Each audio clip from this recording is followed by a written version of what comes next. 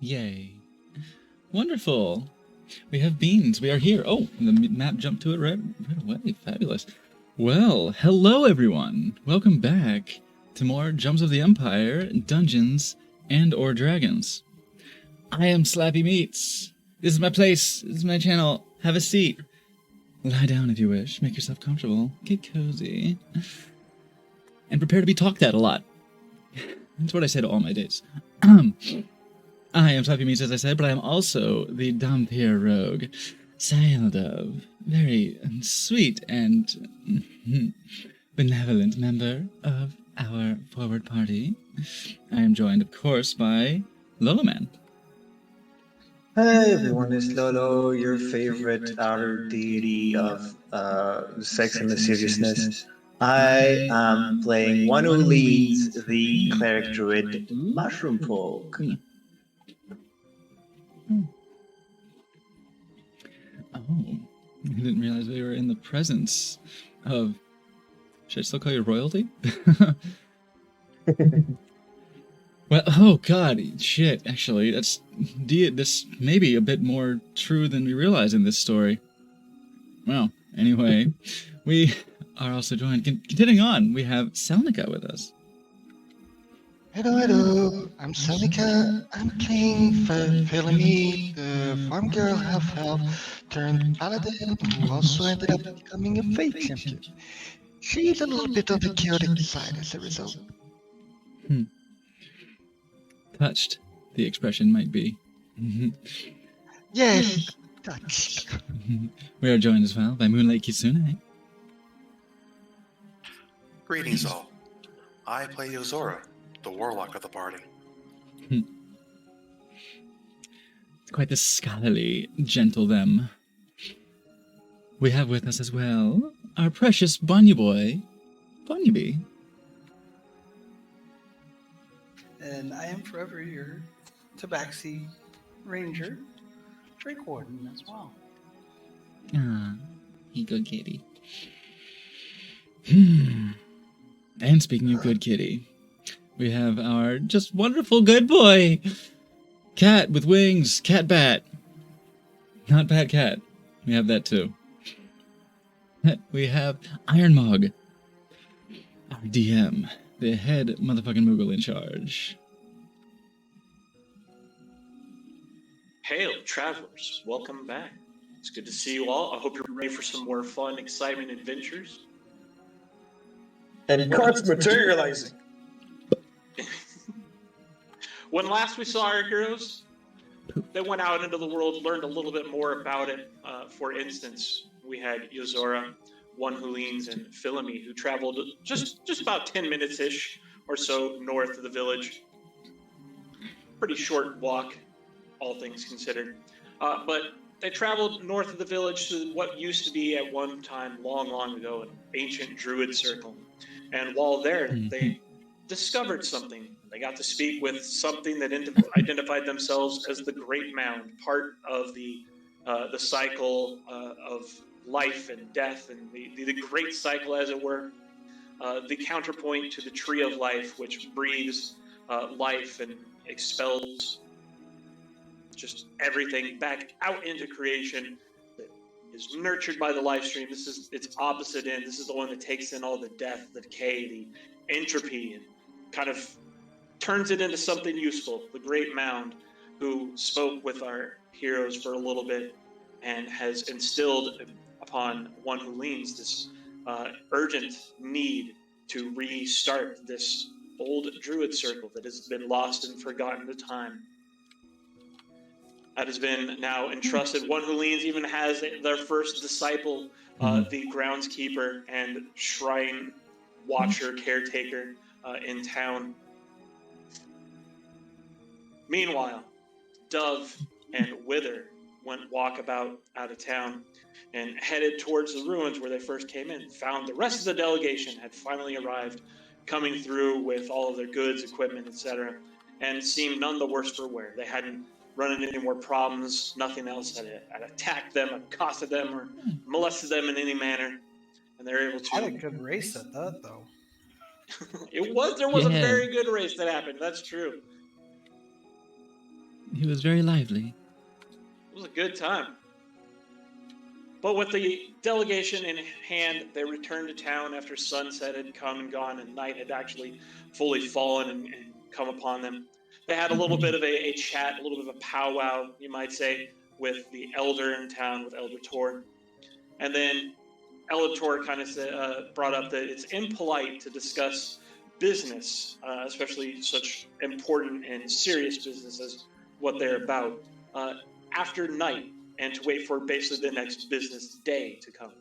And so, not wanting to be rude, Graham had kind of decided that, yeah, why not? That's a good idea. Let's all get some rest. It's been a long journey for each and every one of us. We've seen some shit. We've been some places. Let's have ourselves a nap. So you were given this area here kind of on the outskirts where there's a few buildings that are otherwise vacant that are now available if you want to have shelter while you rest. Or you can also, of course, just always sleep out under the stars. There's plenty of trees if you want some tree cover. There's plenty of just open ground as well. You could sleep in the field yards here with Boan if you really want. There's even the stable if you want to sleep inside. I'll be sleeping in the library or whatever counts as it. There is one more detail. Yeah? Some new life was seeded in the ritual site. Oh, that's true. It's a good point as well. Mushroom folk have now been introduced to the world of Yome, thanks to the combination of efforts by one who leans, the presence of the Great Mound, and the leftover moss of the World Tree, the Tree of Life itself. It all kind of combined into this very auspicious event wherein mushroom folk began to grow. And so mushroom folk will be introduced to the world, and they will all likely be from around this area until, of course, time is given. They're able to propagate further and find other places to live, do other things, who knows. Do as mushroom do. The baby. The babies, yep. That's true, yeah. You left the caretaker in charge of them and making sure that they were healthy, hale, and grew up strong and proud. After all, Daddy's got some things to be seeing too.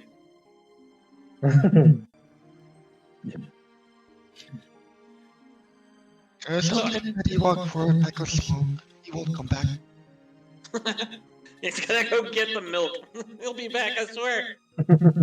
I did put in a request with Gran to send a message to Triloon and get the mycelium mother to grow some teachers for them. Absolutely, absolutely.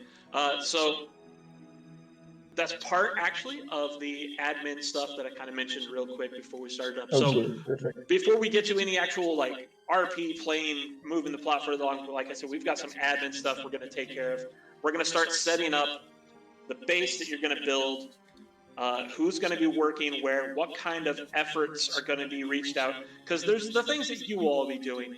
But there's, the members of the delegation. Mech, for instance, already has, by both Dove's suggestion and Wither's encouragement, Shrug, has definitely something that Mech's going to be taking care of. So that, in fact, will likely be its own campaign, will be its own story that, of course, any of these characters can pursue after this campaign is over, or brand new, completely out of nowhere characters will be starting up. So we'll get to a little bit of that here in a bit, but let's see, was there anything else for the preamble? I don't think there was anything else that happened or that was important enough yet to mention. You guys have made it here. There was. You'll be able to shack up where you want to.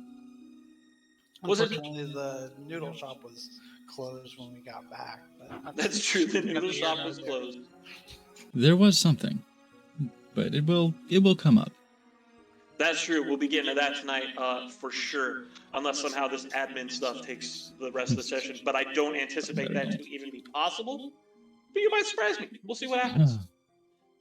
Oh, I can admin you all day. Don't you dare. All right, so let's hop over.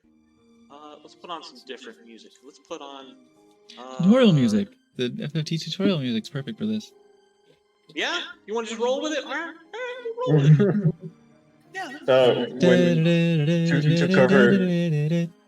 To cover admin, I would put on Back to Work Kerbins from Kerbal Space Program.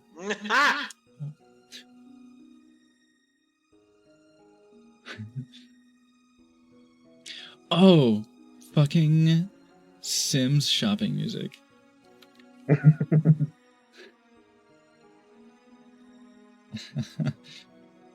I swear, if you bring up Wii music, that makes me listen to the Mi Plaza tourist version. Ah, this is so good. All right, so you should see this highlighted section on the map. Yep. So the first thing we're going to work on is the actual location of the territory that the city will be essentially taking for their own. So now you can influence this decision by suggesting to them a better spot if you think the ruins, which has been brought up a couple times already, is not the most ideal. If you think they should move further inland, if you think they should be north, over here. Basically, if you have a different idea, if you think they should take, for instance, the Deep Purse area, I you may fully suggest support. so. And I think the ruins is kind of the perfect foothold. It's got a forest to the south, the river to the east. It's on the portal.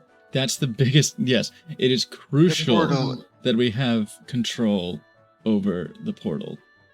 The portal From is the in word Cannot go. let that fall into anybody else's hands. There's They could Ah, also kind of bleed over towards where we fought the old bandit camp as well.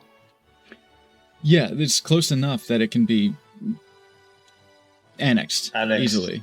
Yeah, Yeah. And the portal needs to be protected. that is because paramount. Yeah, no, I don't imagine there's gonna be a better location at the moment.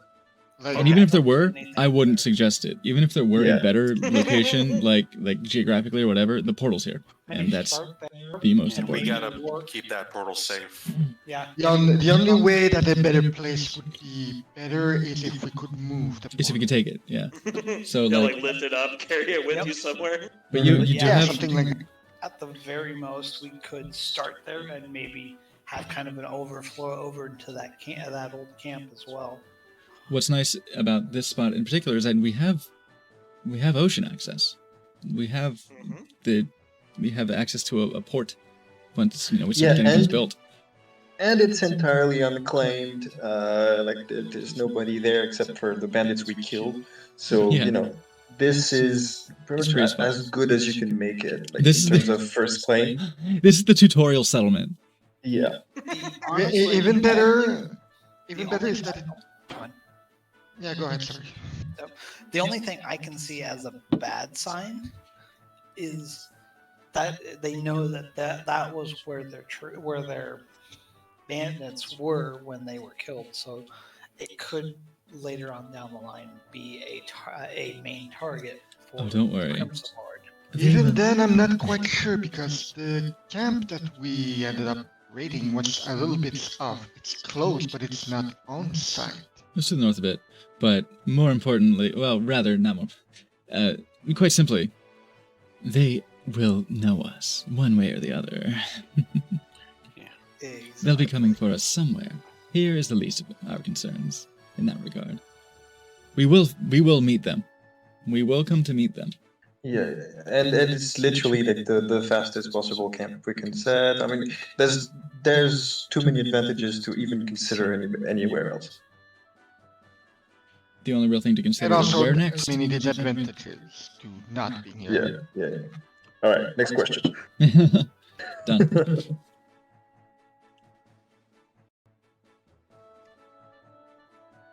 All right. So then we will absolutely take this. This will be where the city's encampment will start building their base. There are some ruins over there that they had asked you if you wanted to take a look at them together with someone or another, I think. But you said maybe we'll come back for it. So there are ruins over there if you want to take a look at those. There's resources there, both the old ruins, the forests, as you noticed, the river, as you noticed. So they'll be able to get some raw resources, raw materials to help them build this. No problem. Plus, you've also got access because of what you did in the Way Between Realms. You've got access to the Celestial Dwarves, who will be able to help. And that is Hell going yeah. to improve things, including will likely reduce the number of resources needed to do certain things, and will allow more and better options on things like defensive structures, specifically. So, question: So, do we want to send somebody back to the Celestial Dwarves to ask for assistance? First things first. Yes, but That'll they can come handle up. that. Yeah.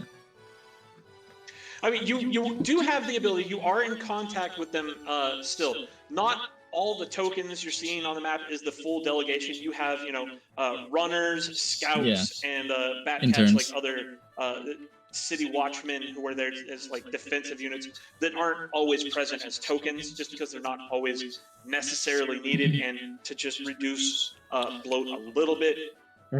So you do have these other NPCs that are doing stuff like that. Like, for instance, they will definitely be sending missives back to the Celestial Dwarves and back to the city itself. So you can assume, for the most part, that with like a day-ish delay, that yeah, you can get and send information to these different locations. It's like Hence, when we had my query on the update of the weapons that I had kind of mentioned to the Forge Master, if anything. it's like Suikoden, where you Yeah, have yeah. you have your units, but then each of those units represents like 100 other like non-Earth troops. Right? You got one horse guy, but that's like actually 100 horse guys. Yeah. Well, I'm assuming we more than doubled the village's population when we came in with everybody. Oh yeah, absolutely. Okay, what's next? Okay, so next, we've already got Mech basically settled. Mech is going to be heading south to the Coin Lords to see what they can do down there, what they can start dipping their hands into economically on the world. So we'll consider Mech. Let me write that down.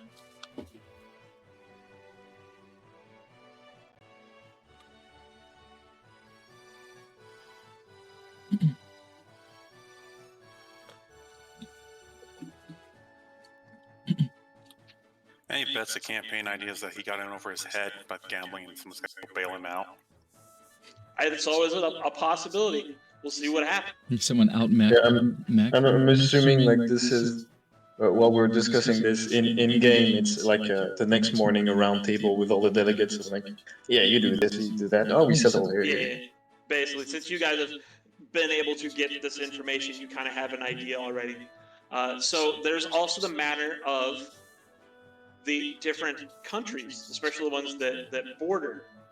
You've got, Monogra here, where you could interact with the militaristic Okami and Kinra, if you want to reach out that way. I think while we don't have a firm grasp on the free territories, the adjacent countries are gonna have to stay status quo. Yeah, that's not our purview right now. I will note that the only place I think we have any sort of in at is give me a second, let me find his name. Nim is the land that Nim came from, which I believe notes. Yep, it's that area, the area Yeah. that Mog's mentioning right now, which Yeah, is right there close by too. Yeah. So, reasonably assuming that might be the only country besides or territory besides the free territories we're in now that we might have any inkling of an in, and even then, that's an iffy one. Yeah. No, I would agree, and I'm assuming I have some contingencies in mind if it happens that the Dragonborn that are pretty close to them have some kind of relationship with the Driders or the Spider People, because they're not Driders, just Driders are Drow. Yeah. Now I've got a question. Mhm. Is Nim actually a part of the delegation? Nim is not. Nim remained in the city. He did not want to go home. Okay. All right. Makes sense. Yeah, I don't really like our inn when Yeah, when he's so glad to be out. but And I if they're all do like have him, them in oh mind god. because I entirely plan on doing my very best to make them available for further campaigns. This I will is say- how you would get access to them is if you reach out diplomatically to them, it will, at the end of this campaign, unlock them as they will be essentially influenced to the point that they can start interacting with, basically. But yeah, but as far as that is concerned, I think for now priority is the free territories. Yeah, I don't want to move on any other countries until we've got this house. And this territory, the territory of Akina, is one of the established goals of the expedition. Because they had that in, they have ideas, and remember you brought dyes for the cloth and whatnot that they spin, because they're not able to grow things easily to allow them to like use different dyes. So they appreciate different dyes for like paints, for dyeing clothing, etc. And you brought some of those specifically as like a gift for them. So one of the goals is to reach out specifically to the Arachne, and since they live in Akina, that is one of the goals. Now, it doesn't have to be one of the first things you do, by all means. They're probably going to be one of the first adjacent countries we interact with, but that's not going to be possible if the Dragonborn aren't on our side, because they're in the way. A little Yeah. bit. And you do have issue with the dragons, just overall. And you do have other delegates. You can say, maybe we send these delegates out to reach out to them while we do this or that or the other thing. Oh, believe me, I'm going to delegate. So speaking of which, Dove did bring up to Pani that she should probably be overseeing Crimson Lord operations for the time being. In fact, let's just... We'll add him to the... So we got Mech over here who's going to be doing stuff down here. And she is the military tactician. She is, and seems best suited to address the potential movements, at least in the short term, and also the potential appeal to them that we can be making in the near future of this aggressive, militant faction. So that's absolutely on the board. You want to leave Pani here so she can kind of oversee the defenses here and make sure that, you know, nothing befalls the village of Bonnet 2. And even to set her up as stand, the one to hold the line against the Crimson Lord, right? Yeah, And even that's if- right. And also, if she has any scouts in any capacity, if she Exactly could do like what I a was gonna say. military assessment. that's what I was going to say, is to send runners to observe the Crimson Lord. Fortifications, tactics, movements, OPSEC.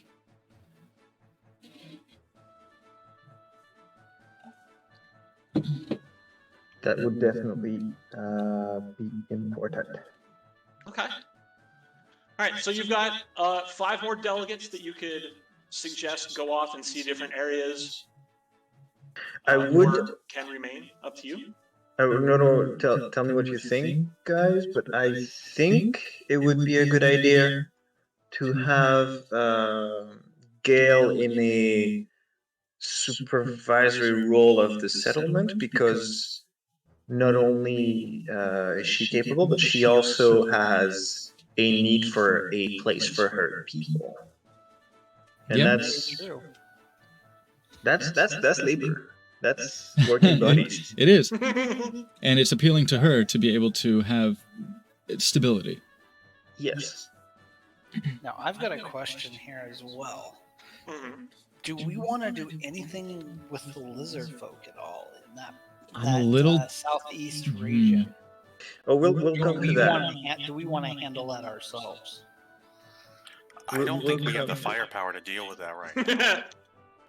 I've discussed that with Well- Snappy a little bit. I think it's going to be one of the last things we deal with in Yeah. this territory because it's So It's gonna be- like, it's gonna be we're something. heading north first, but I didn't know if we wanted to try and send somebody down there to see, kind of get a little, maybe even get like a quick scout of the area. we had because we have to establish a lot of things before we make a decision on that, like what's making them chaotic, if it can be changed, if it can be channeled, how important it is that it is changed if it can be, If they're a Yes. threat, as they are, or if not. they are a threat at all. Yeah.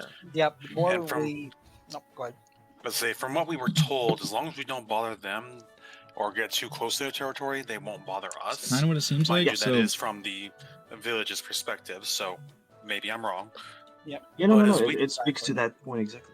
Yeah, so we probably actively don't want to engage these guys at the very least until after the Crimson Lord's taken care of.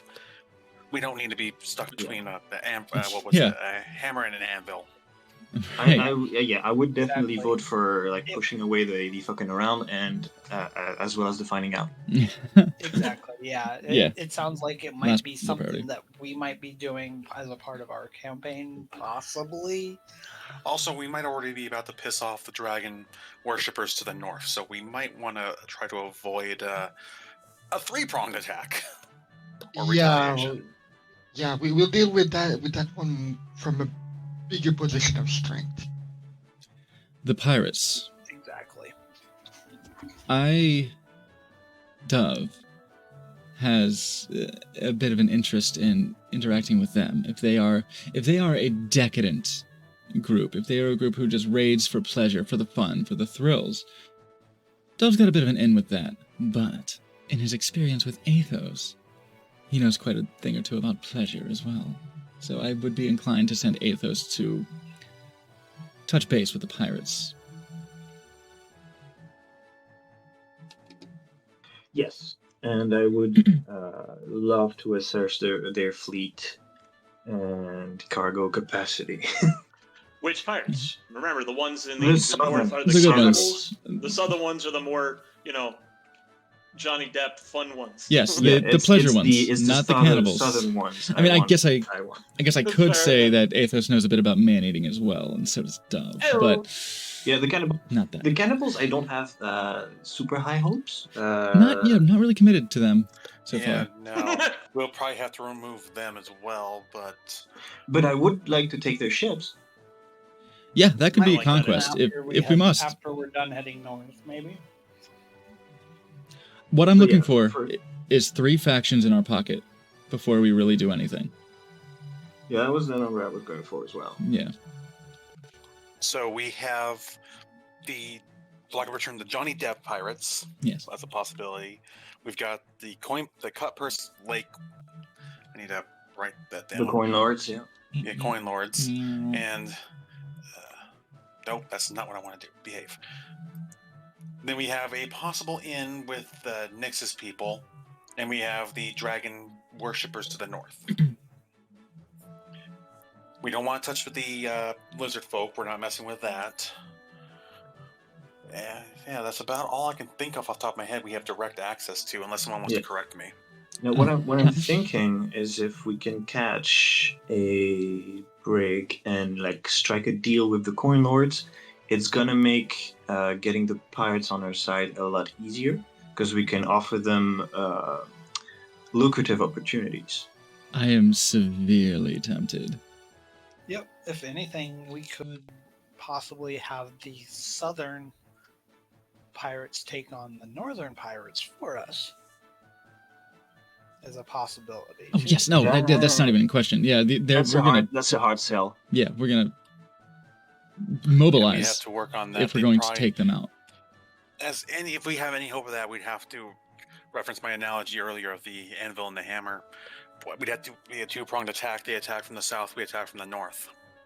And that's even if they don't just run to the sea in their ships. I am And severely. that's why I'm I was seeing it as a selling point for us to clear the northern waters for them. Yep, and that's kind of and that's something. don't wanna do after that we take first. Care of the northern on the mainland, basically. I don't want to move on them first. I want to talk to the get good. I want to get in good with the eastern port pirates first. Yeah. Exactly. Yep. We want to take care of the north and the eastern pirates, basically on the north on the mainland with the dragon worshippers. dragon worshippers, and then the east with the pirates, and kind of almost have that as a clamp, basically. Western, though it's on the west. Why are they called it anyway? Okay.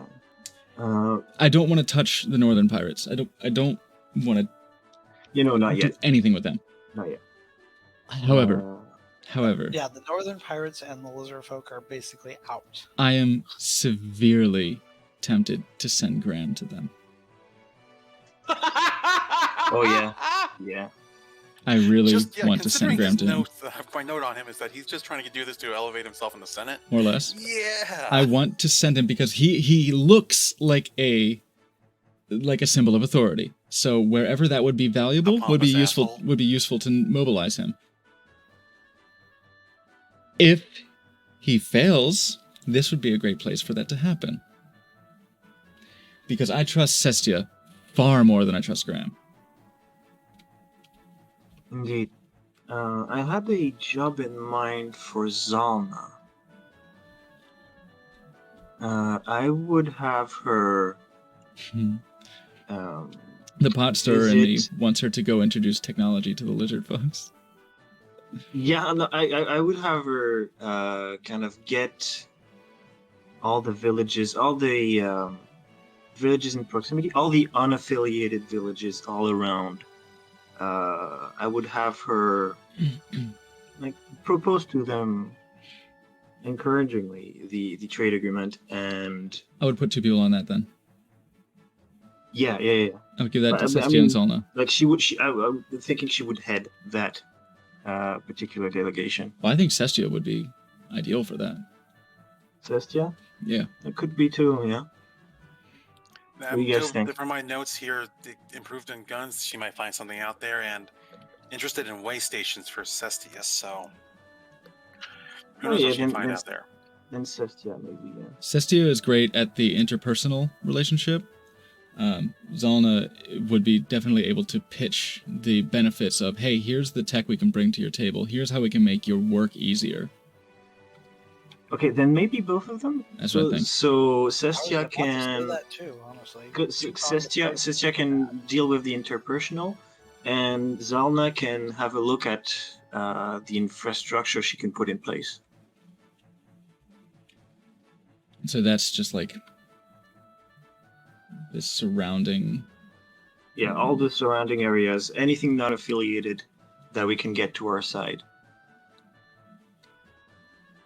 Because the trade agreement itself is juicy. So I think that should be a good set. We also sort of have a, for lack of a better term, a threat we can use against them. We as a party, a delegation, take your pick on how much you want this, have managed to, at the very least, annoy the Crimson Lord. Who knows what, since we don't know what troops he has. Annoy. Yeah. Actually, that's a good point. Yeah, they would want people, at the very least, the 5 of us, between them and whatever the hell the Crimson Lord sends. I think we should send Graham to the Crimson Lord. I'm serious. No, I think that's a good idea too, but not immediately. Though on that though. At one point though. Shortly. We don't trust them. Shortly. Because we don't. They are going to want an answer. Not necessarily someone who's mobilized, and maybe not necessarily an example, but I think Graham might have it in him to use his pompousness as to our benefit. How about doing it like this? We send a message to the Crimson Lords, inviting them on neutral ground to meet with Graham. Yes. To lay that out. Yes, because I don't want him showing up to their door with hat in hand. It's not that kind of gesture. But it is to send someone who looks like he wears authority to them is sort of a showing of respect Like, yeah, we fucked you up, but hey, listen, we're gonna bring one of our boys to the table and we're gonna talk like adults, like men. Yes. I think Graham's I good like for that. this. I'm not sure though, because that opens up the risk that he might just take him as hostage.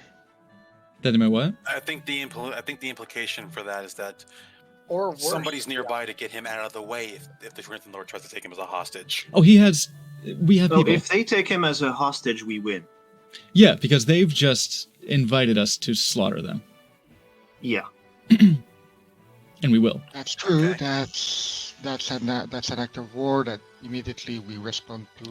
With, If they have any What? acumen whatsoever, if they are not simply barbarians, then they will know better. If what they I'm are, more worried about is they won't be a problem. if for we much don't longer. trust Graham, what makes it seem that he might flip? to See, their it's side? not that we don't. Speaking as Dove and as myself, it's not that I don't trust him. I trust him to be Graham. Yeah. I trust him to He's act a not- certain way. From I what trust Graham to keep the appearance of military might. Yes, he's not going to flop. He's not a coward. He's just kind of sycophantic. From what I could gather from some of the others, a couple of them see him as an equal, useful, but an idiot. Somewhat. He's on our side. He's not going to flip on to like, oh, it's convenient for me to be on that side, or oh, I'll just ignore my objective. It's just But he didn't get to where he is today by being an idiot. So he has his acumen. He has his measure of expertise. He's a politician. He's And for that a dyed-in-the-wool For that politician. This is particular perfect. mission, we don't need him to be conniving or any sort of clever. We just need him to put up a front that we're not to be messed with, Yes. and that it would be more advantageous to be our friends than And- our enemies. That we are serious, that we are a well-organized force, and that we have just by his flash, Yeah, his just panache. looking at him, he ticks all the boxes. Definitely. So yeah, I would we can put Graham on the bridge. Actually, yeah, there.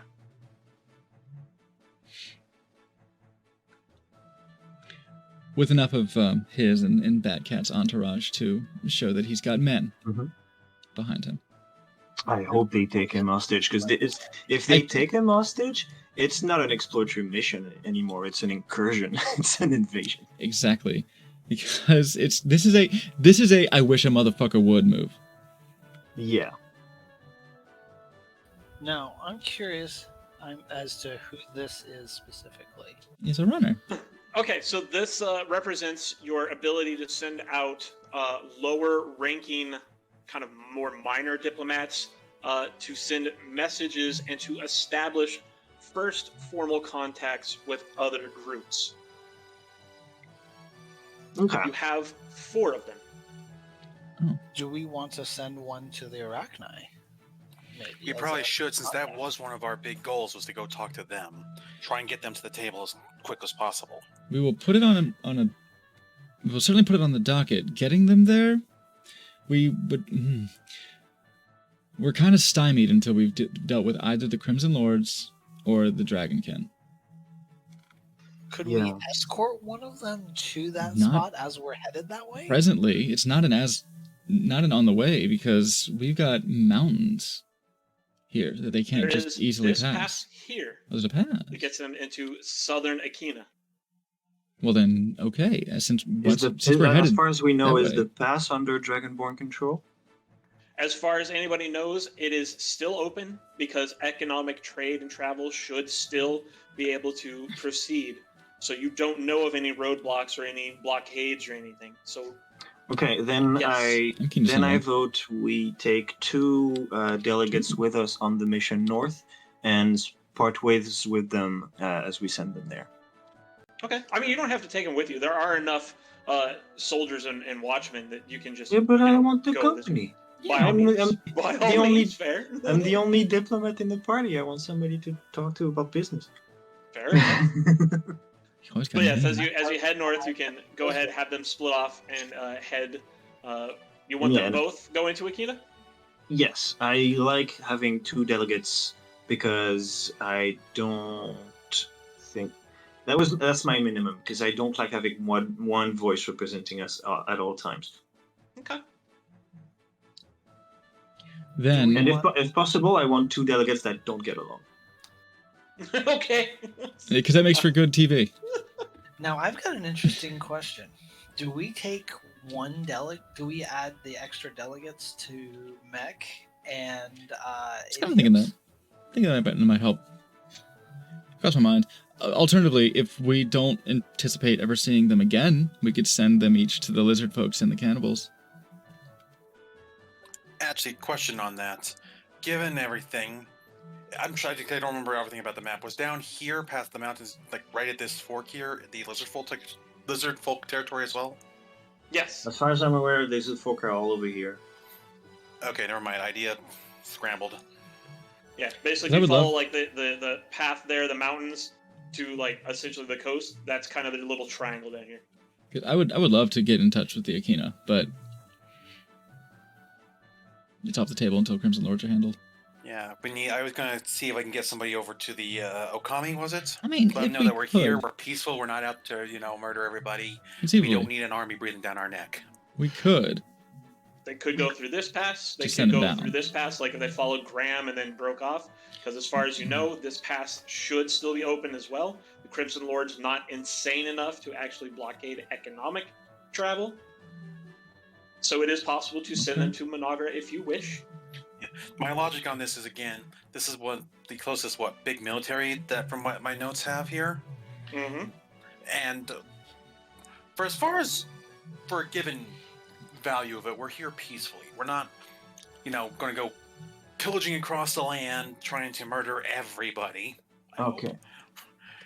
Here's So we- here's how I see it. Because I mean, it could work, but the way I see it, I want the rest of the world to only learn about the new presence in the free territories once it's an actual player. Yes, that's that's what I was thinking about Managra. The Arachne folks, we kind of want to start talking to them a little bit, don't we? If that is Yeah, one of the if it- establishments, I'm happy to maybe- not, but at least with Managra, I don't want to talk to them. I don't want to fucking talk to them until we have something to show. Yeah. Because the spider people, I have a feeling we can get away with because they probably keep to themselves a little bit more than the rest of the world. Also, on the spider people, just because of my notes and everything, it might take us longer just to talk to them and figure out, set up anything, assuming that they don't send the Great Brood Mother of that at least Nim mentioned, because apparently that Great Brood Mother makes all the rules. So if she Yeah. doesn't show up by her in person, which that just seems like a very poor life decision there.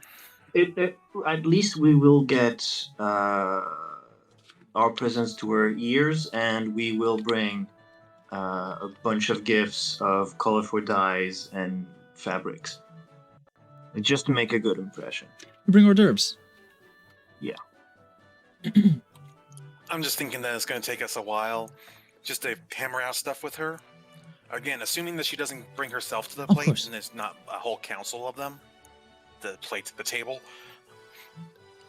The delegates will have to go back and forth to talk. It is another country, so we're gonna follow protocol, offer an exchange of embassies, like the usual stuff. We'll see how it goes. There's no way we can know now. First things first. Hello. Yeah, exactly. And hello with gifts, as Yeah. always, kind of nice. Have a bottle of wine. What do we think about? Okay, for one, do we have naval capabilities right now? You did not bring any with you. The settlement that you were building will eventually have the capability to establish and launch naval capability. But right now, you didn't bring anything with you because, why would you? that might be something for once Athos gets his Yes. his trading his business done. And Basically. there's a couple fleets in place already. I say we use that. So, then I support two things. I mostly support sending these two for support for Mech and Athos. Okay. Agreed. Yep. The other idea is, of course, suicide diplomacy to the lizard folk and the cannibals. We don't need to be. Yeah. We don't need to be sending suicide missions quite yet. If you say so. We want to make a good impression. We don't want to be. say so. Hey, that's a good impression. More And I hors like d'oeuvres. having a delegate with our goblin friend, so he doesn't go overboard. Yeah, Exactly. Yeah. That was Oh, what I yeah. was thinking too. Dove knows him intimately, and we want someone to slap his hand every now and then. If they even catch him making a mistake doing that. Okay. I think that's good staff distribution for now. I mean, I'm assuming I'm loving this. This is I'm great. loving the diplomatic side of this more than anything. I live for that shit. I'm assuming Celestia and Zalna have enough entourage to kind of handle all the neighboring villages and communes. Yep. Those two by themselves essentially will be able to have enough staff and presence to move about. So you see, I've kind of drawn the territories-ish, as you might consider them. Considering they're the free territories, it's all kind of just one amalgamated mess. Mhm. But you've got this area. This is the Crimson Lord's essential held territories. Cessia and Zolna will be visiting areas throughout it, and even throughout the very north of what is like the Coin Lord's territory. There's not a lot of known villages and such north of you. Most of it is like things that did exist. Bannock 2 is one of the few remaining this far north. A lot of them have been abandoned. Hey Mog, I could So, I could send you possibly my marked up map, and it might look a little interesting for you if you want to see it. I mean, yeah, you post it by all means. This was just kind of quick to help show the splits. Obviously, the two pirate camps are split along the river, and then so you've got the cannibals here, the enterprising individuals down here, the lizard folk down here, and then your dragon lovers up here. Sounds good.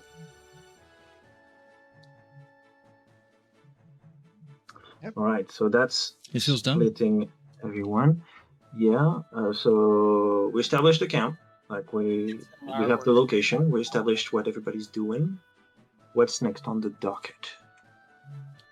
Sleepover, slumber party. Indeed. All right, so how do you library. want your settlement to develop? Oh, Give me basically 3 things to focus on. Oh, it's Dark Cloud now. Okay. Yep. Or Actraiser? I'd say one big important point is at least defensive, because not only is it defensive for our settlement, it's defensive for the portal, which is the entry point for the City of Doors. So Okay.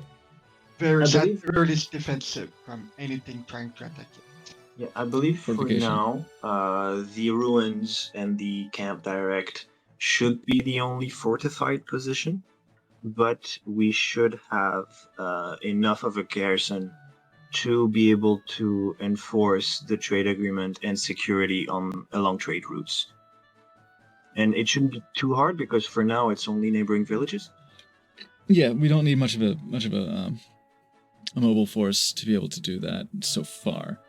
So one fortified location. So fortification, enforcement, and sustainability. Okay. So like a defensive kind of military presence that can hold territory, basically. Well, again, we did manage to probably at least annoy the Crimson Lord. Yeah, we have a foothold. We want to hold the foothold, like at the very Okay. least. And Fortified fences. so that's focus one. Yeah, as Okay. much as Jozora wants to say, a place of learning, a school. Like, let's be practical. We'll get here. there. Yeah, that's. But yeah, Yeah, absolutely. That's an option if you wanted to focus on places of learning, education. That could be a focus. If you wanted to focus on growing food, that could be a focus.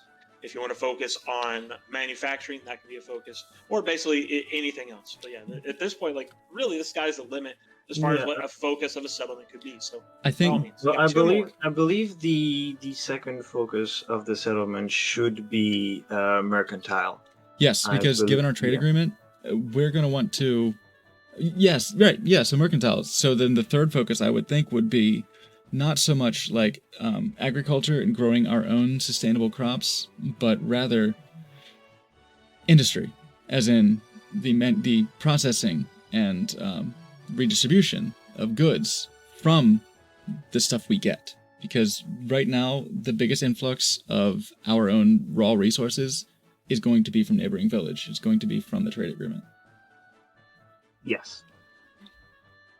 So three should At the be same time, no, go ahead. manufacturing. At the same time, I kind of want to side a little bit with Yozora about the whole place of learning thing, because while right now it's not useful, the eventual goal here is to have our place in Yome, and I believe that the one thing we should do is bring some of the stuff from outside of Yome to Yome for those that want that. The operative word Yeah, there. no, that's part of the trade part. And The operative word there but- is eventual. Yeah, but as much as products can be one thing we bring, knowledge can also be something we bring. Well, I'm willing to back down on my knowledge thing for now, simply because it's not the most practical. We have an immediate. Right. We have to get this set up. The defenses. That- We have to get. We have to protect the portal. We have to keep the Crimson Lord from knocking down the front door.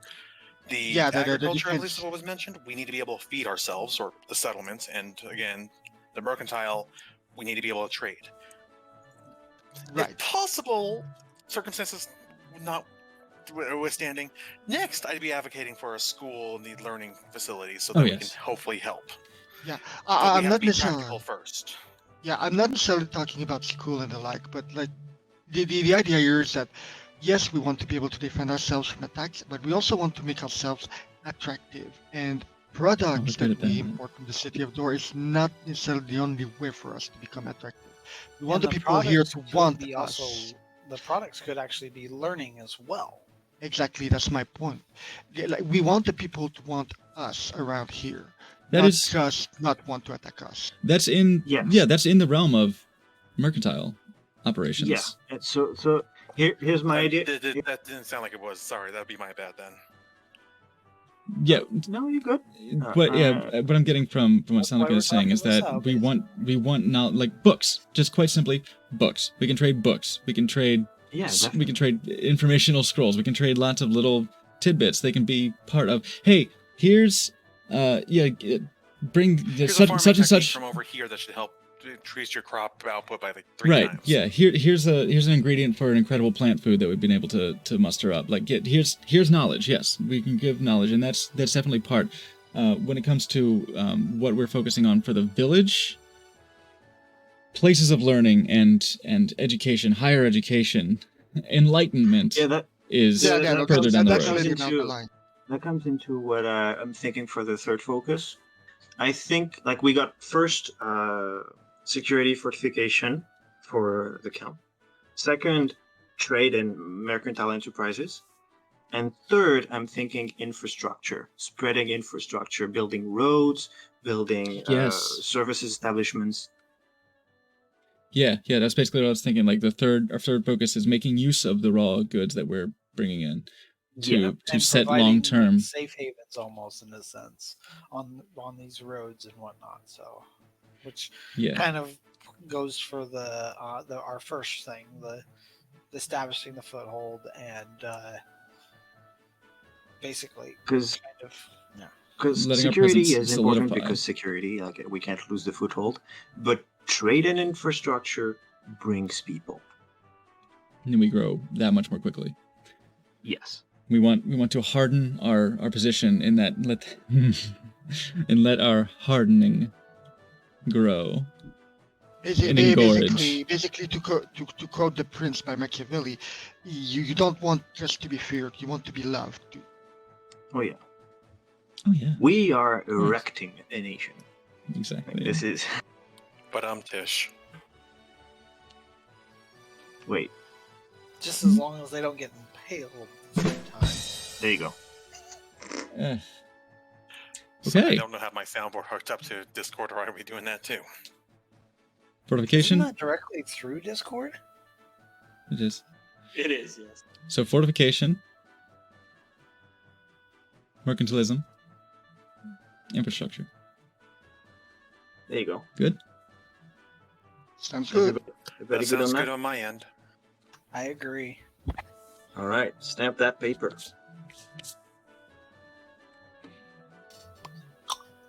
You got your answer, my dear DM.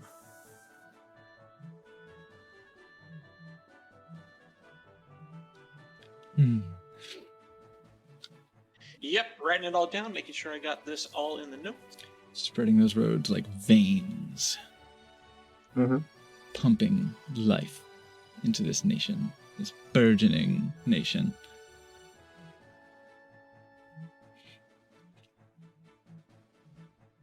I need to drink more while I'm D&Ding.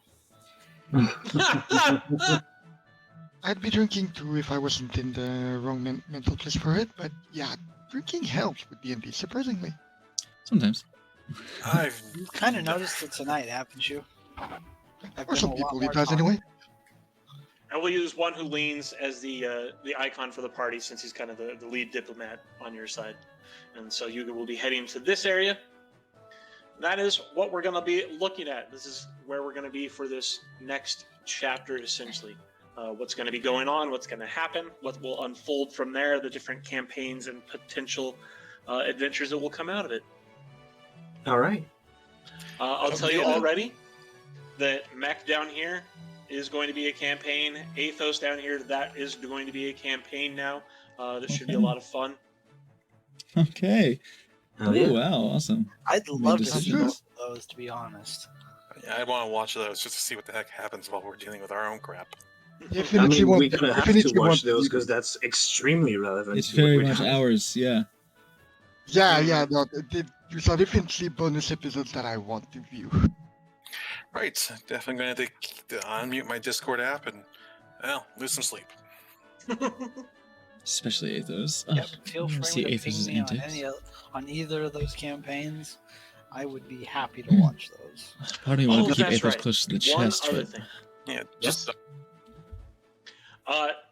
Who would you like to be your designated civilian liaison who's going to be part of what is known as the Silver Raven Network?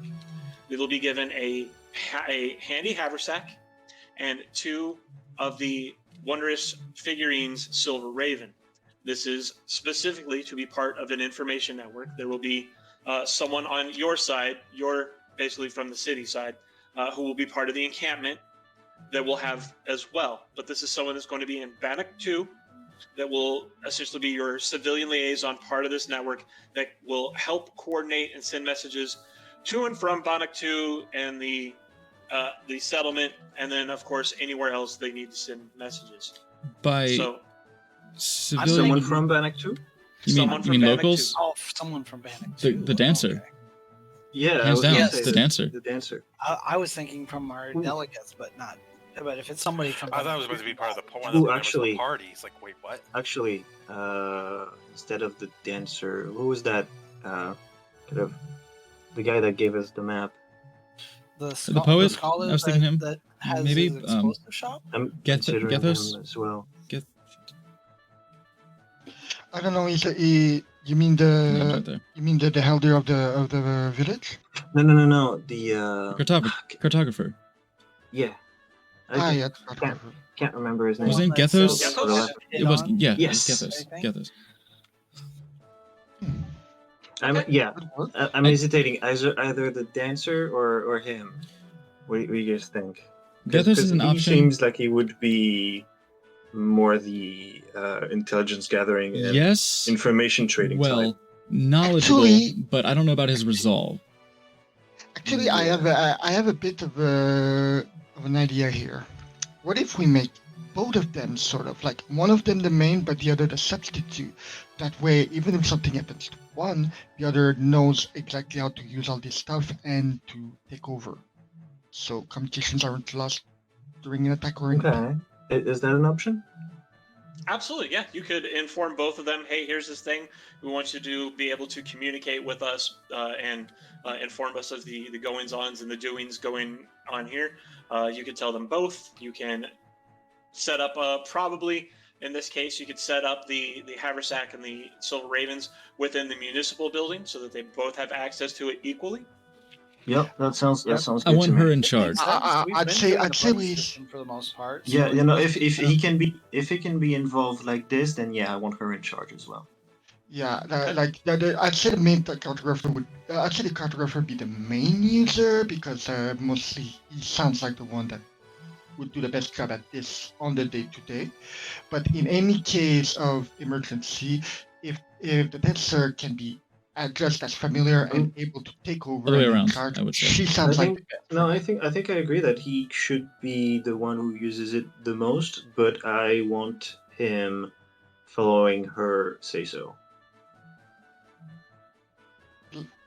like he's the main head of this, but he act as a sort of triumvirate for this function. if him it more were. as a figurehead and having her kind of puppeting him almost. So he's the secretary. Yes, Okay, he does the work, and she's the decision maker. that works for me. She's the face. She's the one that. And hey. she's actually, she's the one with the one discipline and resolve, and also military training Exactly. and The whole secretive the military military training. aspect of it is why I trust her to be the substitute because he sounds like he as a cartographer he can dedicate more of his time to this than she could. But if anything happens, I trust her judgment in any kind of emergency far He's more. the one- She has prosperity of the village in mind at all times, and she is more of a caretaker. And then it's Pygmalion effect. Like her expectation will lead to better results. Yeah, I picture him much more as the documents by candlelight kind of circumstances. yeah. He's filling out the paperwork that he can send to the handy haversack or send to the Ravens. I was thinking of the fucking Acquisitions Incorporated Documenters bag. Okay. So yeah, Mug, these two. She's boots on ground, right? Like she's one who is able to mobilize people as part of this spy network. Exactly, that's my point. She could also be the face. Everybody, because it's clear she's able to defend herself. So She's hot as fuck. Yeah, she's the one that, for lack of a term, all the people who might be trying to disrupt this will be targeting. I hate saying this. And then they all ignore the cartographer over there who actually has the communication. I mean, Okay.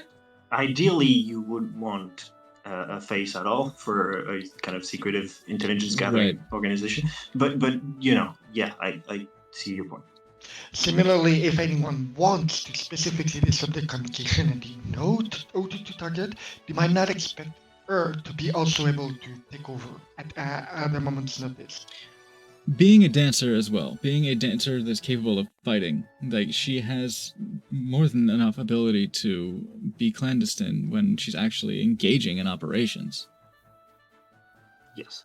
Him, I doubt. Okay. All right. So, yeah. That sounds good to me. I think that's it needed established there. Okay, good, cool. All right.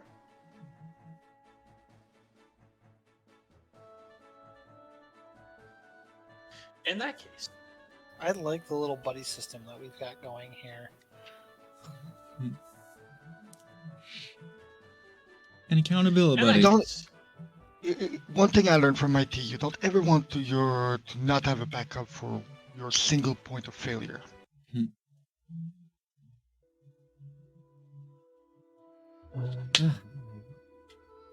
I think Welcome the back. last thing is Back to the calming music. last thing would be the couple teachers I requested to be grown from Triloon, like Mhm. sending them to the kids, and yeah, like teach them the ways of the circle of the final rest, and like keep company to my first disciple. Yeah, that's another reason we want defenses. We don't want the new life to be lost so easily. Do Wither and Dove even know about that yet? No, we do not. No, not yet. We haven't been able to talk about it, nor the fact that we've met the Gray Mound and got hints on what we should be doing next, or at least, yeah.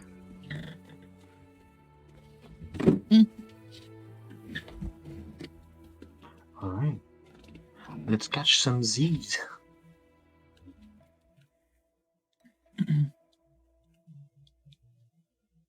Dove, from his gargoyle perch, observes where everybody's going, and will join them shortly. To a library or something.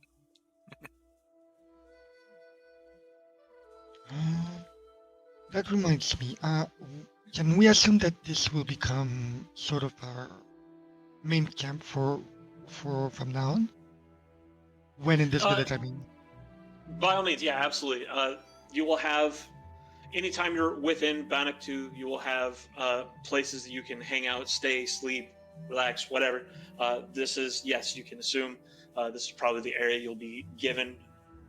And then, of course, once the actual established settlement is done and ready, that's where you'll likely be hanging out when you're not out and about doing stuff. Alright, because I've got plans for tonight and plans for slightly longer term. Okay. Not big plans, but stuff.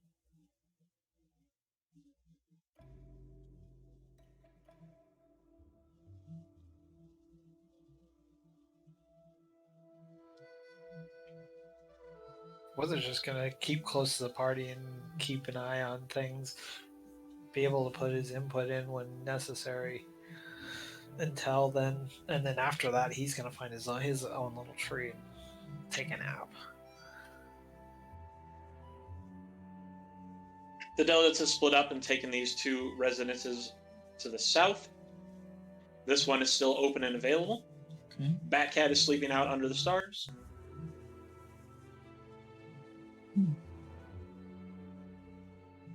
So I'm guessing I can't go hide in the town library.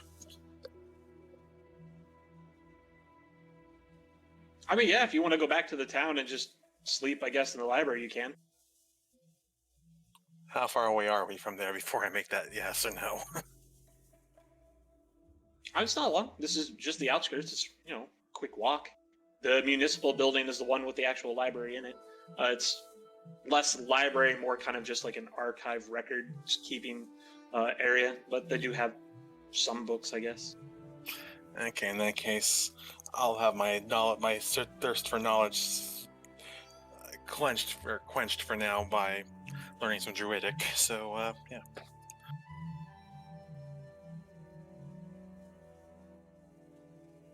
I know Philomene will just set up a quick little sleeping area right next to the pens, or so she can be close to Bohan. And like I said, eventually for the nights to come, she wants to set up like a quick little open tent here, where with a little path into the tree, I don't know. Yeah, absolutely. Yeah, you can set up your little spot here. You've got tent and bedroll and all that. You can set up here. Bohan's having a good ass time, by the way. There's all sorts of like hay to just munch on. It's like just nice, big, soft, open area. He just walks around. Yeah, Bohan's having a good time. No doubt, and that's why she likes to be close, because they've always been together. So yeah, she's used to sleeping under the star anyway. Also, Clock, you're lying. It has not been over an hour yet. Sir? My God. Wow. Holy crap! It has been. It's been over an Hour and a hour. half. Damn. Well Hour then, and change. Holy crap. Also, I don't know why Bowen still has some temporary hit point on the icon. I've Because it won't go fixed- away until the long rest. Ah, okay.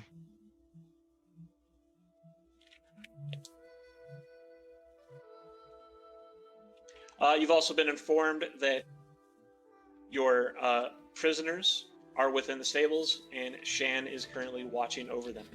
Sounds good. And also, I just noticed that it's only Zelda and I left who have chosen a bed. I'm not even in bed. I'm at the table reading, Just to check. checking over my own notes. I'm Wither's just up in a tree, kind of whittling at some wood, basically with one of his arrows, and Aiden's just kind of snoozing at the bottom of the tree. Slappy over here secretly hoping that Batcat and Wither would be cuddled up in a little fur puddle. Right? Just a quick checkup. The building where our two prisoners are, is there a window right next to the area where I'm settled? No, there are no windows in it, actually. Okay, There's just the door and then the larger door. okay, but would I be able to hear any commotion inside? Depending on how much noise they make, you might hear, yeah. Okay, that's good to know.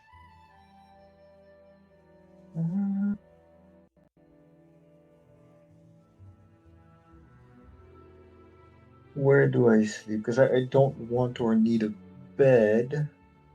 So I'm gonna.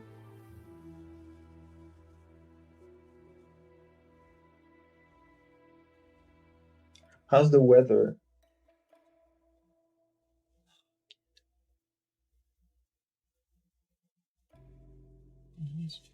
What? Oh, you're rolling for it. Nice. The weather's nice. Nice. The weather's Yeah. nice. Yeah, the weather's pretty nice.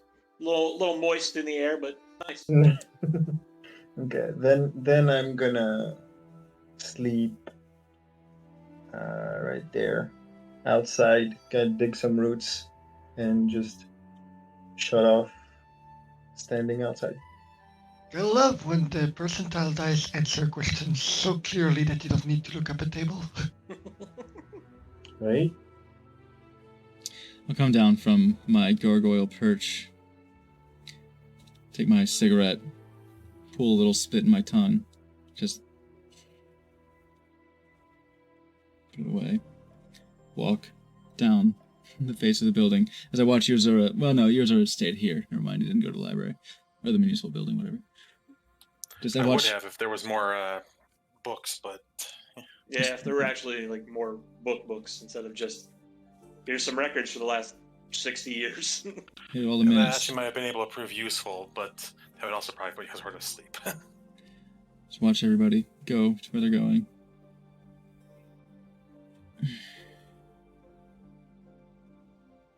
Walk down. Come by.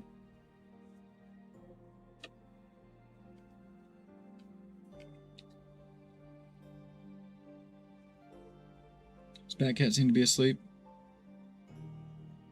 Batcat does curl up and go to sleep, yeah. So I see you come over. Zelda, will you sleep?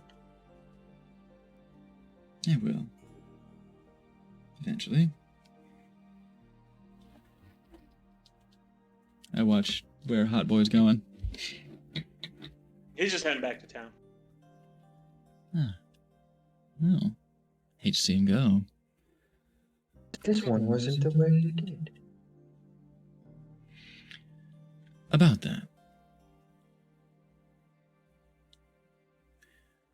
A word, if you will. Of course.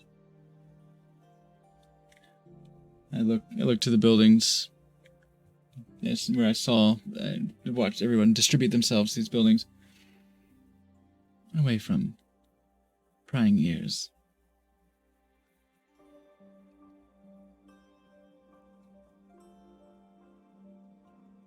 and head just a little bit of ways. Thank you. I hate to interrupt your rest as well. Question before you continue. Do I notice this interaction? I see no reason why you wouldn't see us talking. Yeah, I mean, you've probably seen them talking.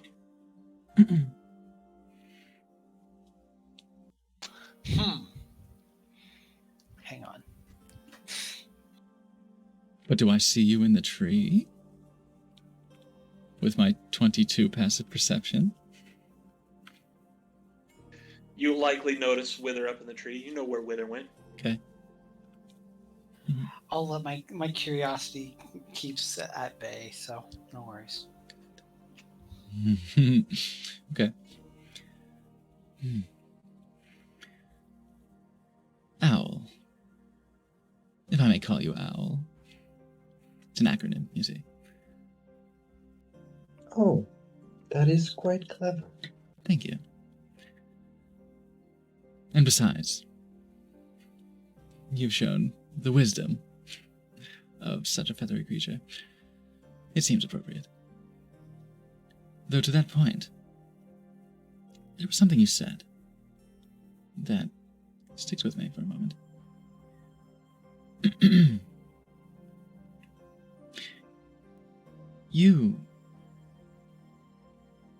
You trust me. Why?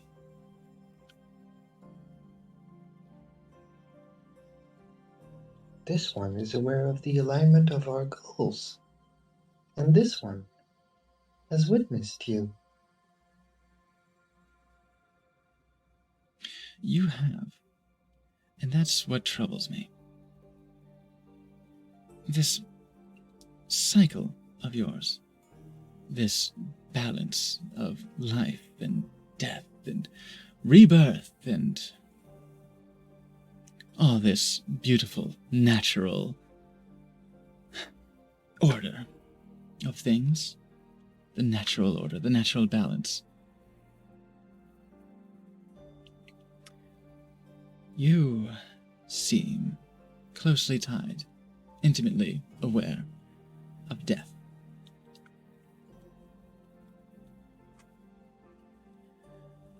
This one rose from it.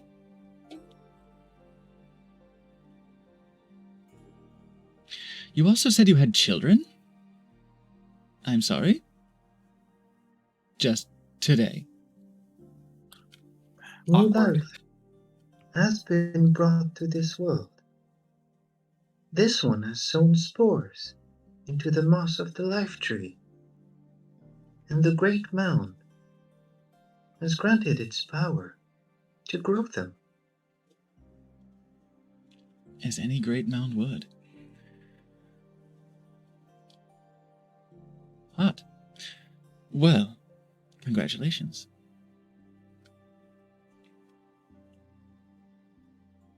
This is not an achievement. It is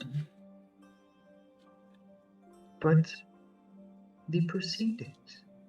This one was not expecting this to happen. Few parents However, are they? This one is glad the circle spreads. It is the purpose it serves, first and foremost. You clocked me quite quickly. It put me off. I do not advertise my nature. This one did not mean to offend. It is quite familiar with the aura of death. There is an air of it about you.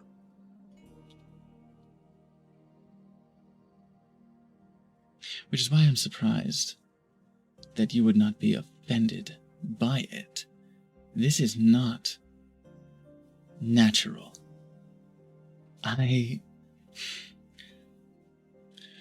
Your cycle of death and life. I cannot be part of it. I am not part of it. I am excised from it.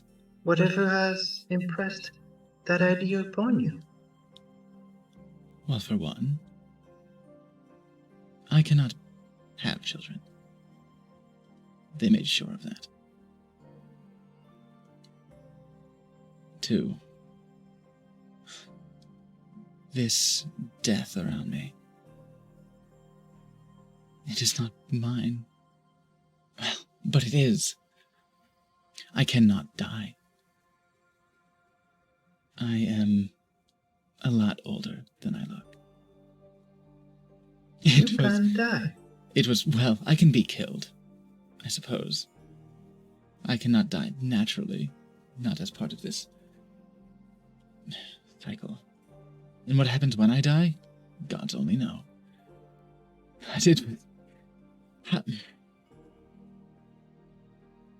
When the good magistrate was assessing our value, young man, a young body,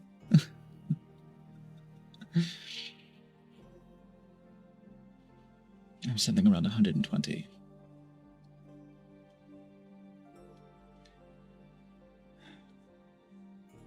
I have lived more than a good lifetime, a few bad ones. I do not age, I do not die. I am a bastardization of your natural cycle. How can you trust me?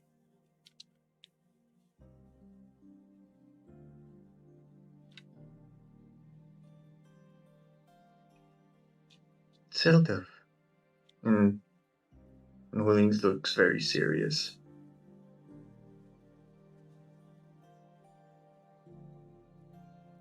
To think your existence isn't part of the cycle is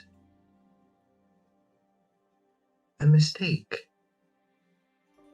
Do not underestimate the cycle's complexity.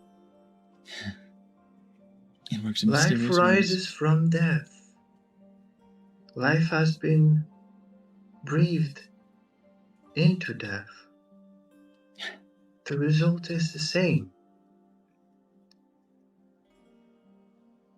We teach the first lesson.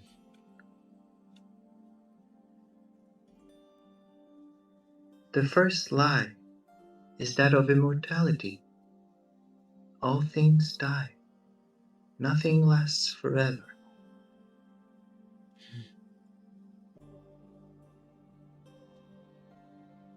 I'll be putting that to the test, I suppose.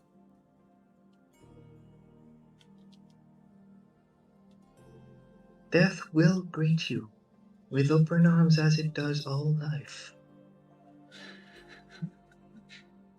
You will not have to meet her as an enemy.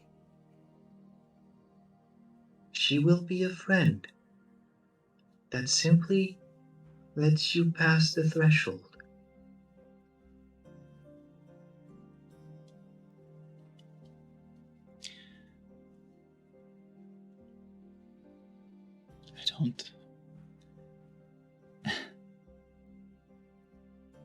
I did not expect it to sound so comforting when you say it.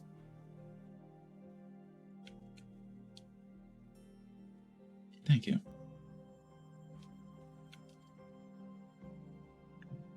When Helene bows his head.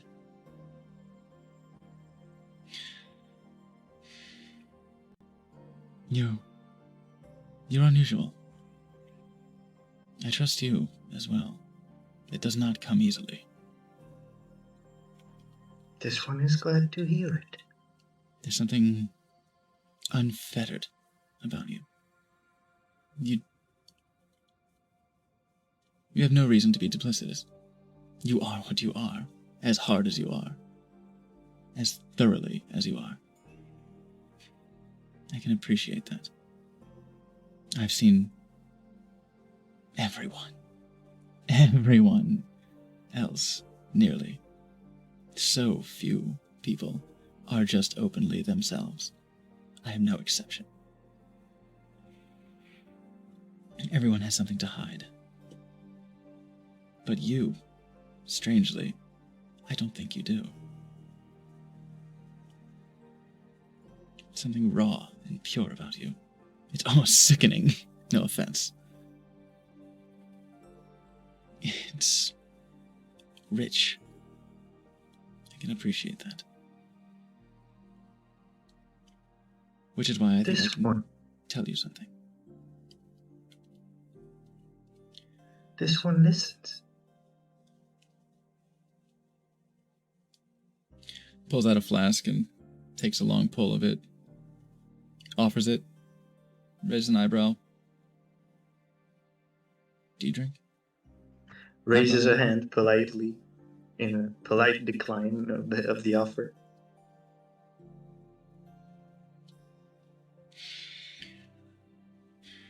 You may guess. I was not always like this. We walked some distance from the nearest building, because this is something I do not want heard.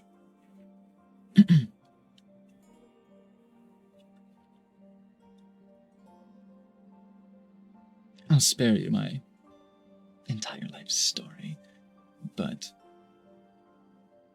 when I was mortal, I was something of a thrill seeker.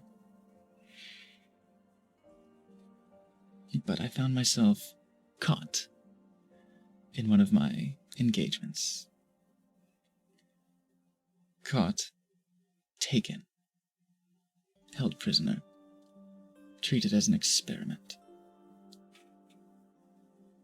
There are gaps in my memory.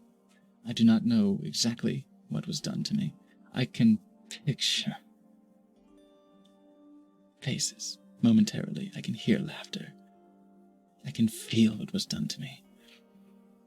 But there are moments in my memory they feel deliberately erased, so that I cannot know who did this to me. But through their perverted efforts, their crash course in this cycle, sending me into death and back, and death and back, again and again, having their fun, having their way with me. They turned me into this, what I've been able to find out is that there's a vampiric nature that has been imbued into me, but that of a demon as well, a devil, succubus or incubus or fuckubus, what the fuck ever. Lust. Blood and lust are the only things that can slake this constant thirst. This undying, unquenchable thirst. I may find reprieve sometimes. I have. One of our good friends helped me out with that, actually. But because of this,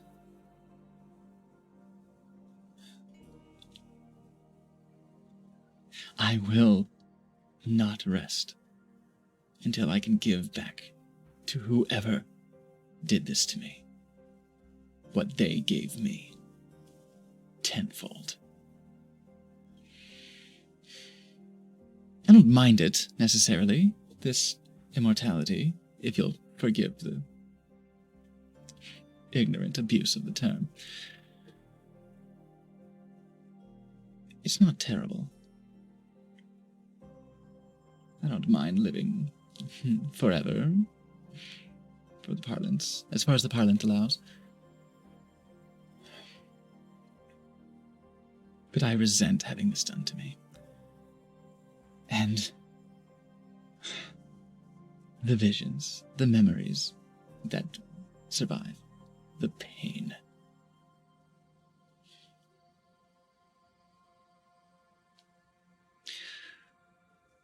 That's not your problem.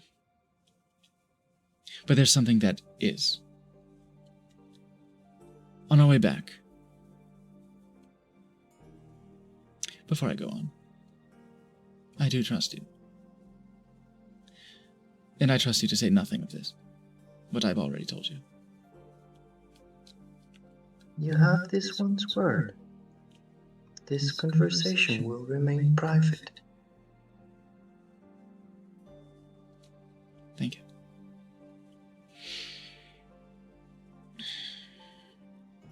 On our way back from acquiring our friends,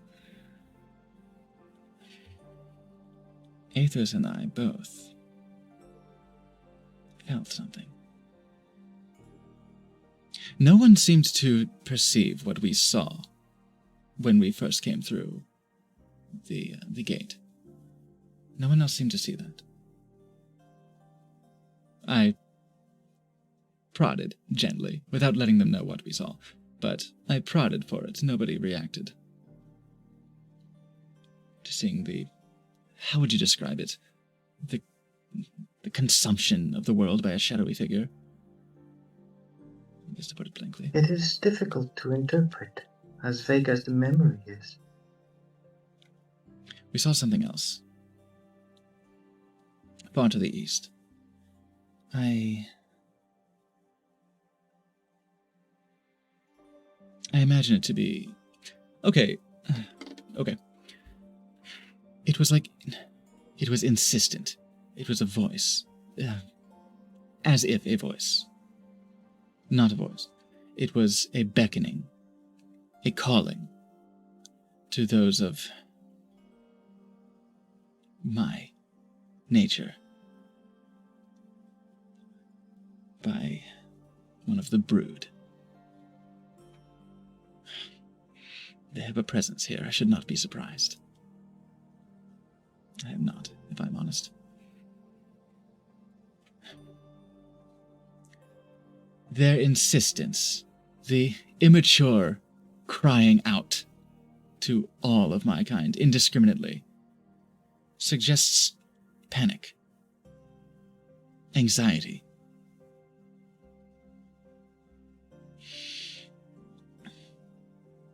A childlike wailing from a great distance.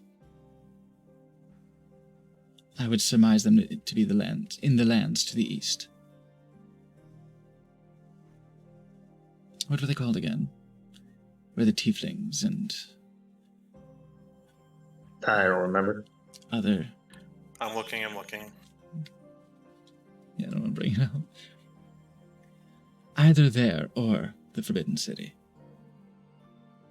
I would wager farther to the east. Mog, would I be able to have any sort of discernment of how far this beckoning was? Would it have been from what I saw on the map to be the eastern lands, or would it be closer, like the Forbidden City? No. You definitely know that it is likely more further east than the Forbidden City. So it is Okay. One of those regions along the eastern coast, most likely. Okay, yeah. That's just kind of what I gather. It's like, you can tell the difference between somebody, like, shouting your name from the next room and from across the street, you know? Yeah. And Hingatha, by the way, is the name. Hingatha, thank you. I literally just found that in my notes. I presume this call heralds from Hingatha. From what we've been told about the nature of this land as, I suppose, a refuge of those taken to the shadows. Does this worry you? It excites me. I am anxious, sure, but the thought that I might be able to sink my teeth into one of them is exciting. But I figured you should be aware of this, as it may become relevant to our future missions. At the very least. There is a presence that is gathering strength. This one thanks you for sharing it with it. It's unusual. One of this one's first lessons, first thoughts upon emerging from the ground. as relevant to its function was, do not judge before you know.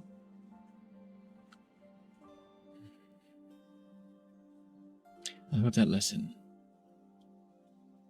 keeps you alive. I've seen good faith end lives quite short.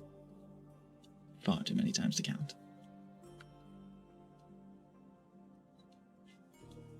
But while you're here with me, at the very least, I appreciate that.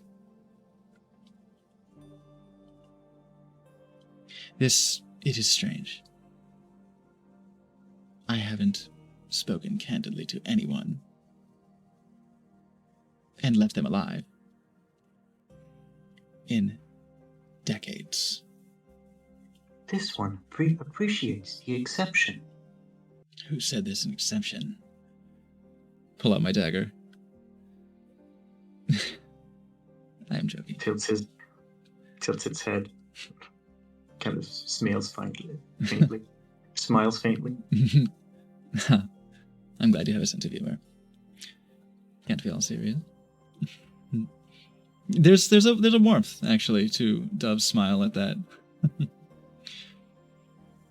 Zelda, Yes. you should rest and let the knowledge that the embrace of death greets us all with the same warmth reassure you that this is not forever.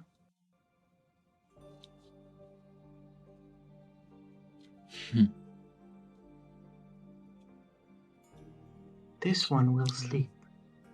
I will. I'll try to keep that in mind. Zelda, Yeah. I do trust you.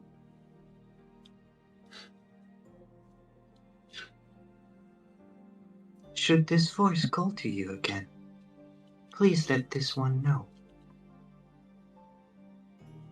When you say I, when you don't say this one, you say I. Dove just, his guard is dropped for a moment, and he just...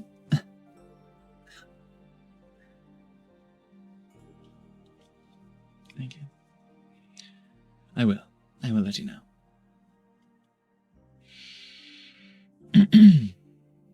I'll be quiet about it.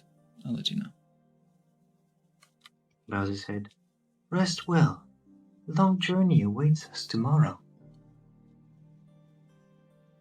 You too.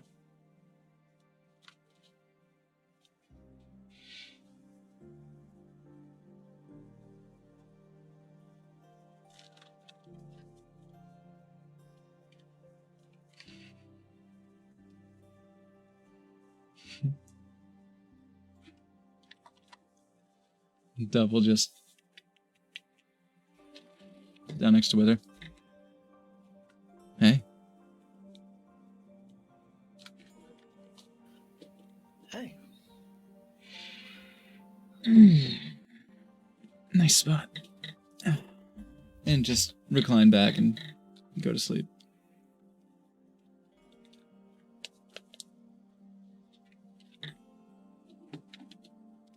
Or they're just kind of still kind of just kind of whittles for a little bit longer and just kind of dozes off to sleep as well. His head kind of tilts and rests on Zelda's shoulder as he falls asleep. Yay, cuddle.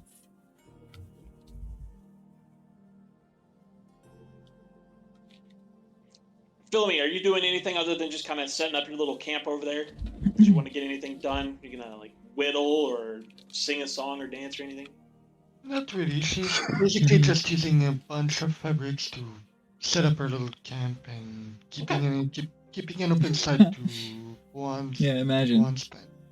We'll go just in time to find. Oh, Okay, cool. Mondo. Sorry, guys, I wasn't watching the fucking chat. Hey, everybody. Bones Hi. had a nice fill of hay. Was kind of just wander over and sleep, curl up on this nice soft ground, and just kind of chill out. Yeah, a vampire character. Shocking, right? Yes, imagine. Her, but I'll belong to her? Okay. A twink vampire? What? I guess that makes sense. Cow, not bull. Exactly, and Bulan is a feminine name. Not only that, but a vampire Alright, concubus? Yuzora, what are you up to? A cumpire? Currently, Yozora is going over everything they have learned today about the map, marking the map down, going over like the plans we talked about, and what we also learned from the Great Mound about where places we probably should go poke at. Like, okay, making sure they've got it down, have it on the map. That way they have a rough idea of what they can suggest to do after we're done with the dragons.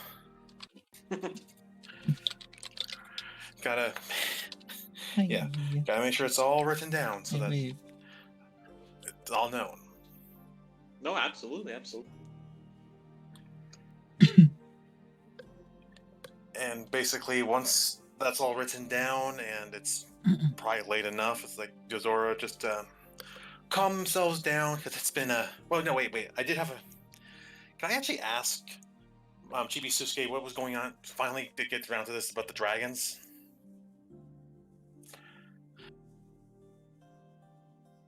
What are you trying to ascertain? Like, what are you actually asking? Give me a moment here. I actually don't have my note. I didn't have a note here because I forgot to write it down.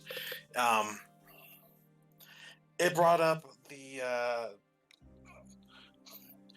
Chibi Susuke specifically mentioned from what I remember from when after he bound with me and Aiden bound with Wither.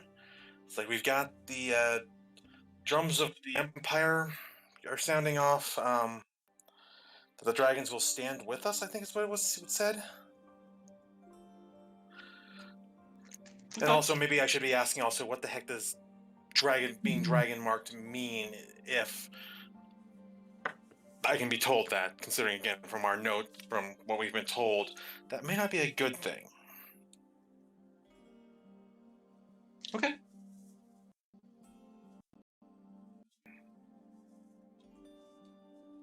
All right, we'll start with the easy one. Being dragon marked, Chibi Susuke will simply just kind of relay and give you the impression, because they don't really talk as you might expect with like words, but you kind of get like thoughts, impressions, feelings, colors. Like you're getting it's telepathy, kind of trying to pass this information on to you, to where you've got some of the instincts you kind of infer and understand it just because you've got this connection. But being dragon marked, as far as the impression you're getting, just means that you are in some way or another marked, known, or favored by dragons. And that can be either good or bad, depending on, obviously the dragon that has marked you and the individual who is marked. But the very simple answer is just simply that you have the notice, the attention, and potential favor of at least one or more dragonkin.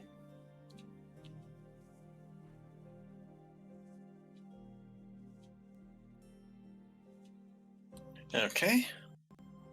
As for the greater answer to your question, as like what is the drums of the Empire and all that, what does it mean that the dragons stand with you? You get this bigger picture of two entities, one of light, one of dark, and the two of them meeting and clashing. And you get the sense that the dragons are on the side of the light, and that the drums, the Empire, is that of the dark.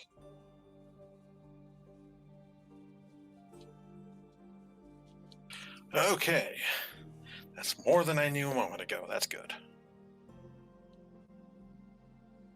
I'll show the borders here so we can see the green light up when they speak. Well, with that, assuming I'm not going to get any more information, if I get all my notes written down, This one's hard. a note on that, Yozora's just going to pull out their flute and just play a soft melody. It's sort of like a lullaby, just to lull themselves to sleep. Okay.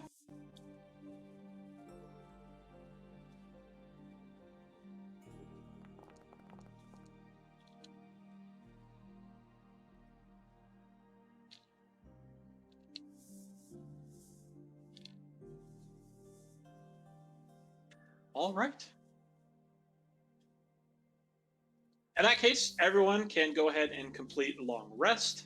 Yay.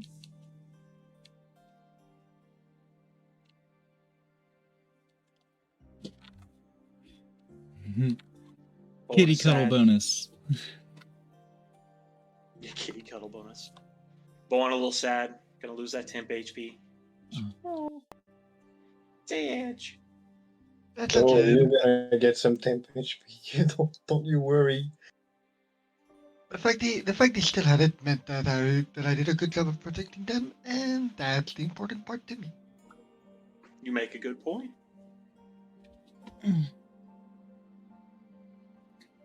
And of course, that night, while everyone is sleeping, every one of you sees a face in your dream and hears a voice.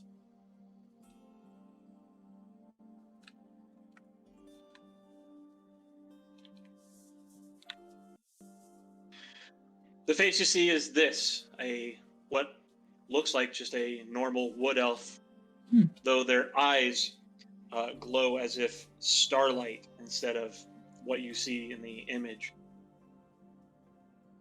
Hey.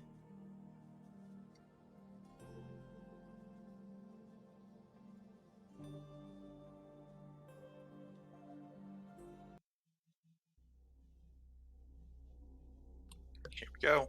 When obliteration's fate is met, the light of dragons returned, life's bloom secured, the old ways remembered, and a second lie made known. Sunset will fall, and the first veil closes as darkness rises. When the daughter of magic and the lord of the sun unite, as shadows burn and the elements clash, the king of all monsters shall rise. The last of the guardians will answer the call, and night shall come. Long night, eternal void, endless nothing. The long night shall come on the wings of hatred, bearing teeth of fear.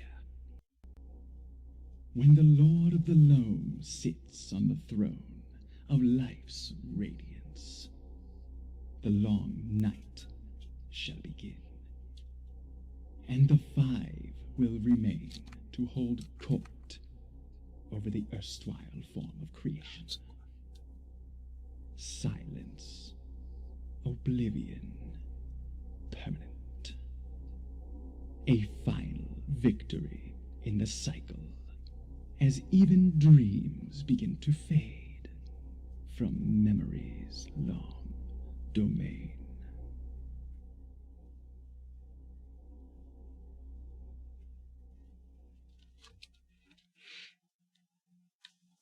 Each of you wakes full well in the knowledge of that prophecy, having heard it spoken by the elf, having seen that face. You may not know what the words mean, what that entails, but you know for sure, as was articulated with the telling, that this means there is something going on. Creation itself seems to be facing a potential threat, and there is darkness and long night approaching. Night is coming.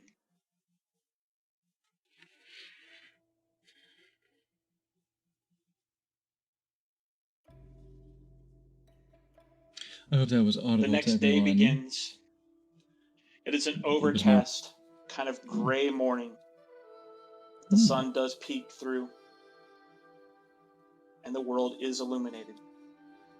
Each of you wakes with that knowledge. For chat, I hope that was audible. That was a bit more compressed version that I made. Because that was uploaded to So YouTube. if you're talking, we can't hear you. Talking to chat.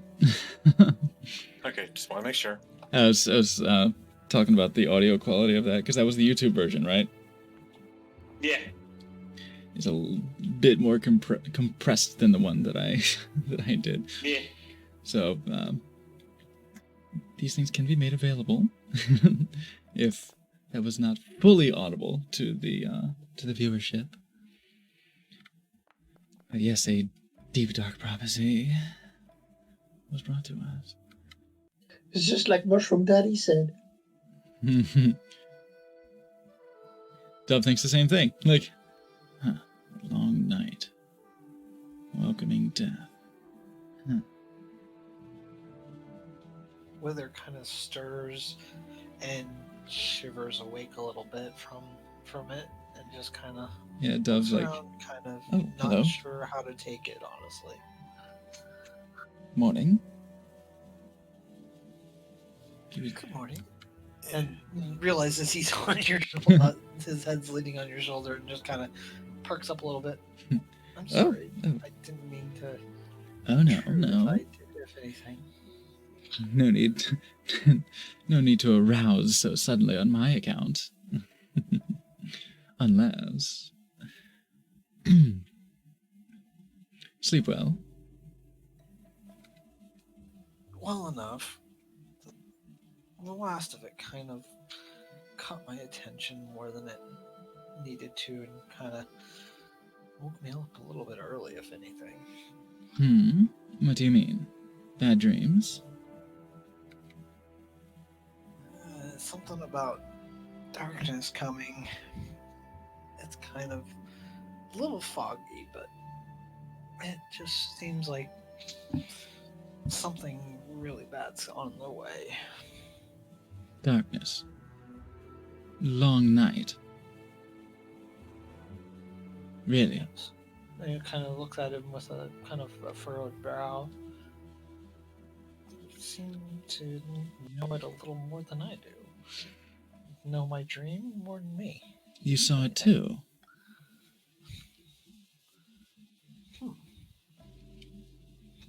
Then it's not just me, I guess.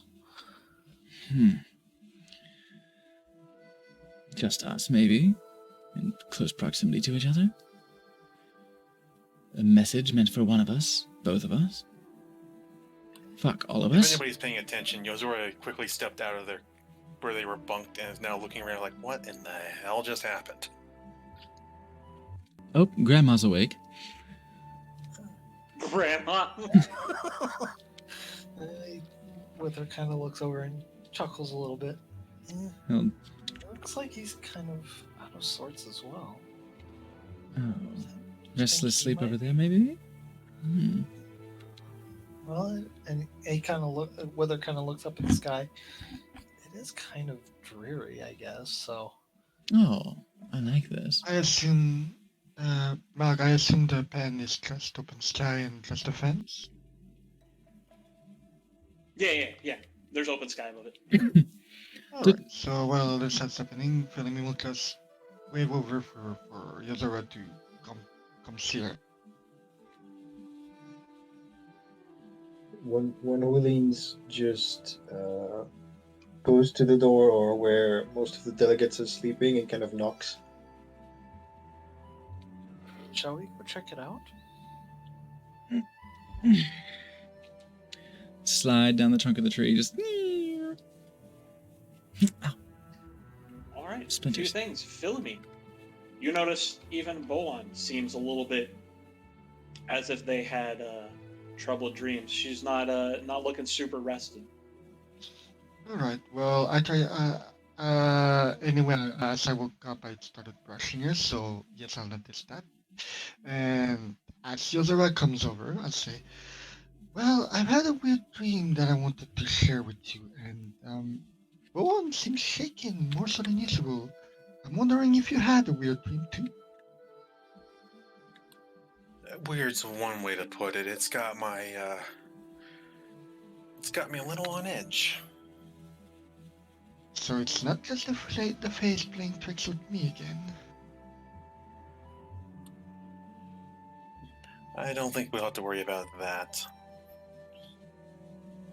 Well then, do you think it's some kind of omen? Prophecy? I don't know. I honestly don't know. I think it might be. Actually, be above table. Would I have? You said that we know that something's on the way now, right? Yeah, you have the overwhelming surety that basically existential dread that creation itself is under threat. Ah, so a Tuesday. Yeah, right? You're a millennial now, Gretz. I just wanted to make sure. So let me rewind that a little bit. It's like, yeah, I think it is. Something's not right, and something's trying to warn us.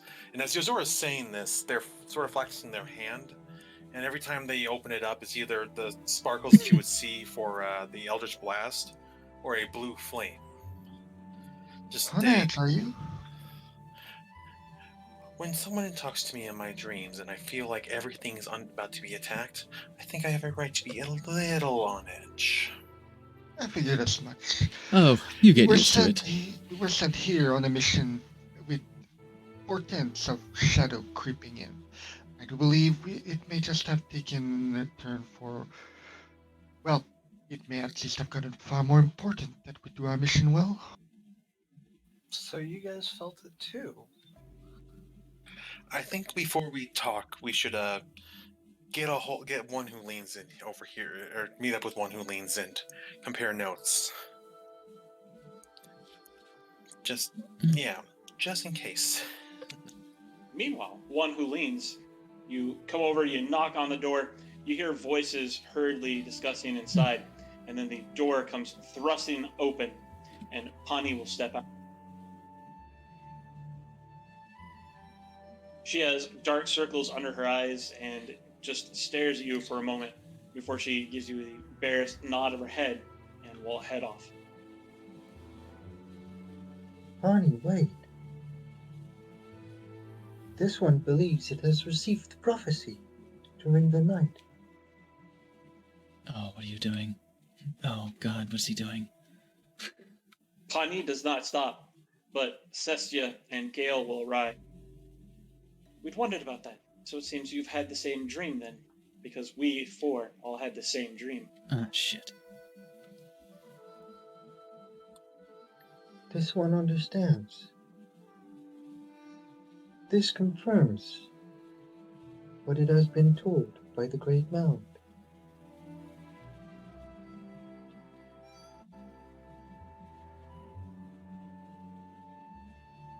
You were told something by a great mound?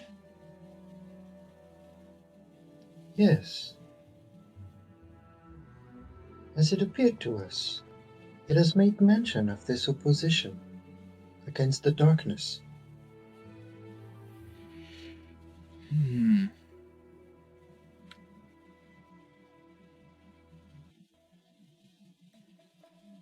Well, it certainly seems as if there's darkness on the way. Night is coming, or so we hear. And so Pani has adamantly reiterated multiple times. One who leans, I'm sorry, your baby mama spoke of this one? Spoke of this before? You baby mama. The terms were vague, but I believe the warning was of the same danger. Oh, well.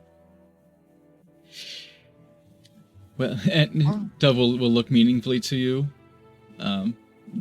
Owl, and say, well, this is the first time I've felt something like this.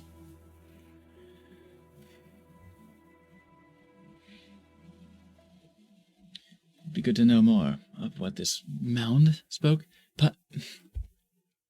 Where's she off to?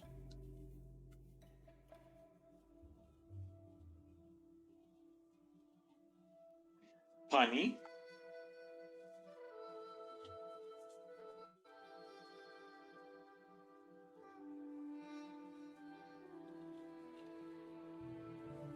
problem? Gil, Sestia, Mac. This one implores you. Do not let this distract you from the diplomatic task at hand. This one believes preparing Yeoman will be essential for the coming dark times. There are no shortcuts to diplomacy that do not cut just as short the relationships forged.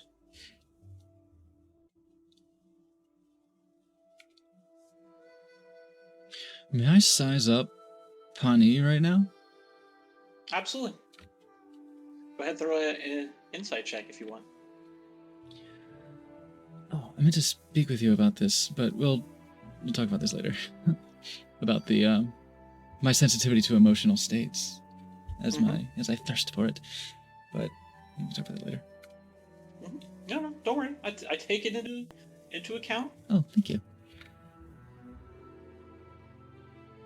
Oh. Tasty. The sense you get from Pawnee is one of near panicked determination. You get like the sense that she's keeping it cool at the moment, but just barely. Something is happening and something is going on that she knows a lot more of than perhaps she might have been willing to admit or might have even spoken about. Almost as if she has an intimate understanding of perhaps what you've all experienced. And it is happening in what she may feel is too soon. So she's kind of at this point of, it's happening, we're not ready, what do I do? She's going to the trunk of her car to get her fucking bug out bag. Right?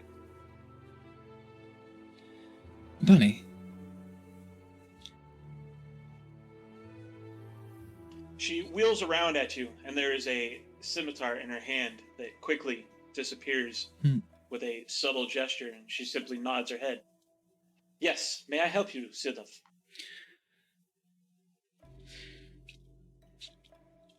I think you might be able to help yourself. Deep breaths. Come now. You weren't the only one who saw this.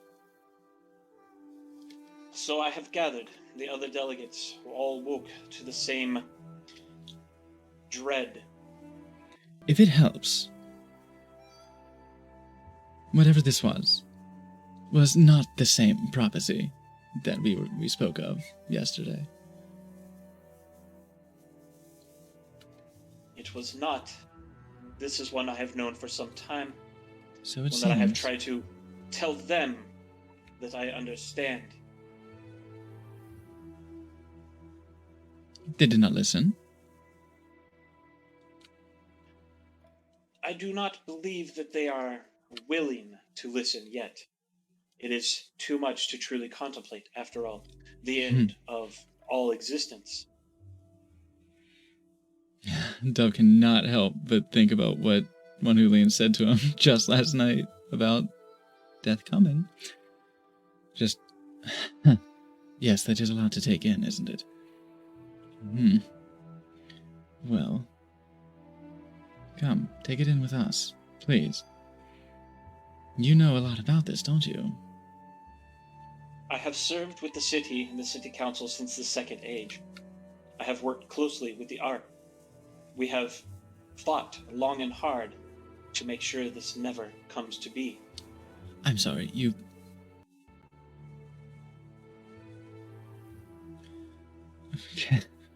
Can I scrutinize this fucker to see, like, are you vampiric as well?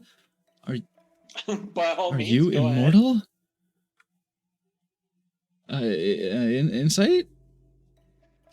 Perception, if you want to start there. We'll see how good a look you get. See if you glean anything from that. And you may also just ask as well.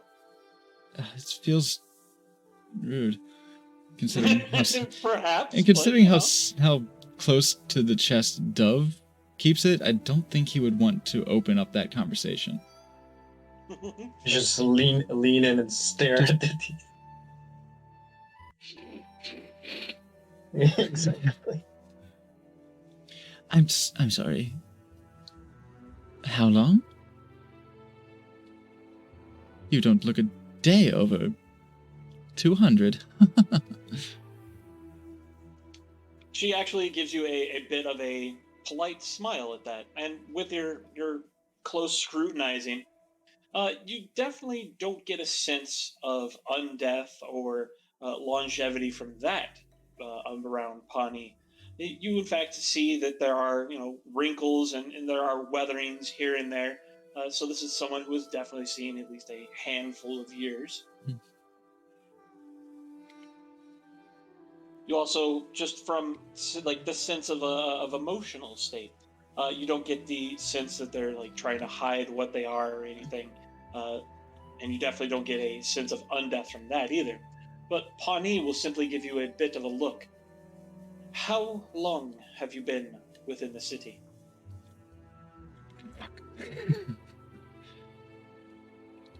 Internally screaming like, God damn it. Within the city? Actually, that's a good question. Hold on. Let me think.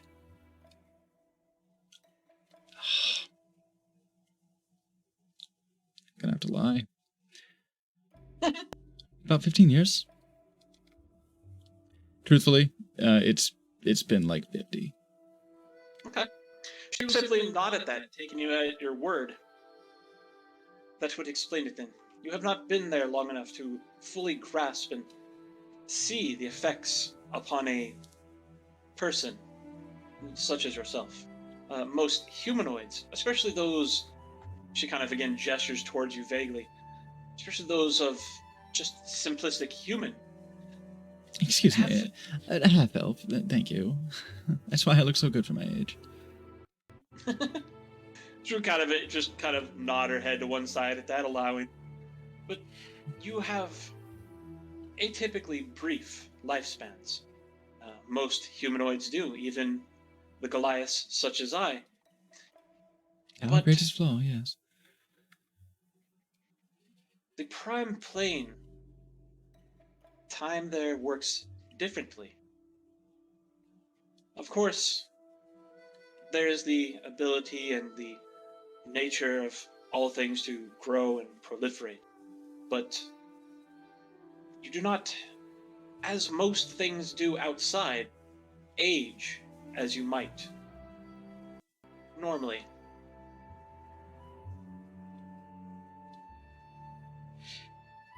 So the job's been good for you then? She kind of just shrugs a shoulder at that. It has offered me unique opportunities. I was not always on the council, of course, during the Second Age. I worked directly with the Arcs, being a military strategist and originally a soldier from Top Point Station. But I have been around for some time. I have spent most of my life within the Prime Plane, and as such have had a uniquely long lifespan. Most senators do, in fact. Definitely the perks of the job. We could certainly use your counsel now, if you'd be willing. You kind of frown at that. There's much that needs done.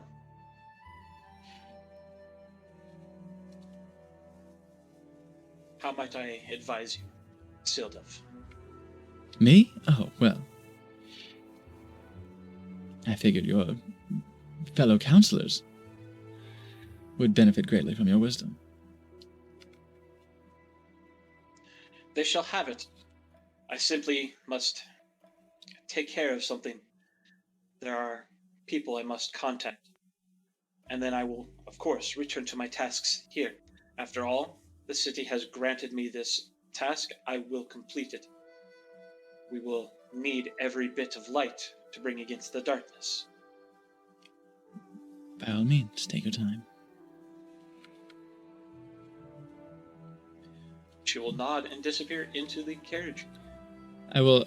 So initially, I will break away and come over to this. What I trust is a window. That is a door, big door. The door, and well, I'll creak it open. I'll look into the prisoners. Aha! Sleep well. Pell seems to be doing okay. Is sitting there looking grumpy. Ruzu, however, is a sobbing mess. Is completely unconsoled. Shan looks shaken, but seems to be okay. In fact, seems more bothered by Ruzu's weeping than anything else. Ugh, gross. I don't have time to deal with you. And take out the flask and just toss it to Ruzu. Here, you need this more than I do right now.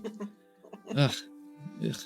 But then we'll go back and try and spy on Pawnee. And see who she's contacting. Okay.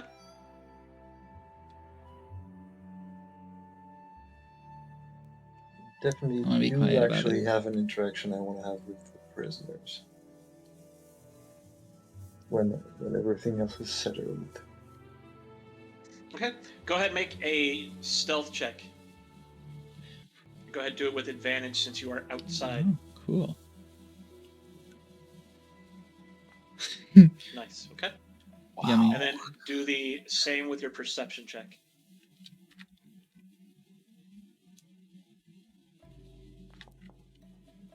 Okay.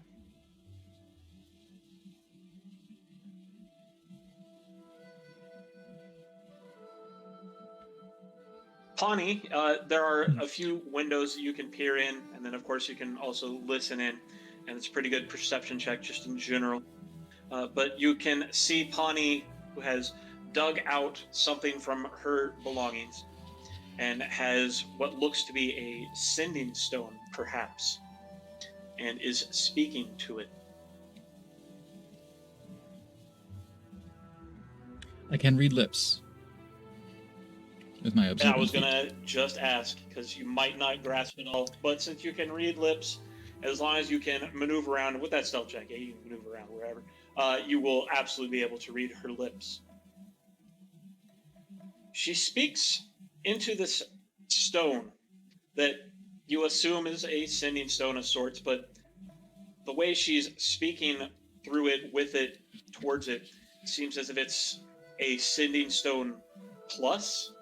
It's a little bit more powerful. It's got a little bit more to it. The cap's above 25 words.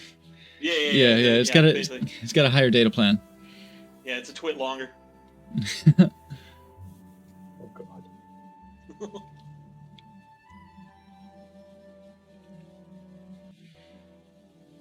Alright, give me 1 second. I need to look this up real quick.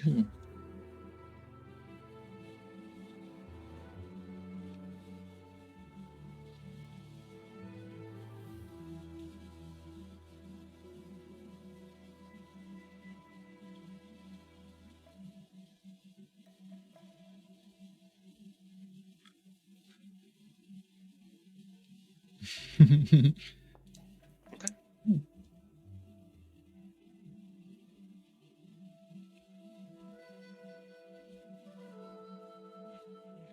She speaks into it. My dearest Master Adam, I miss you dearly, more and more every day.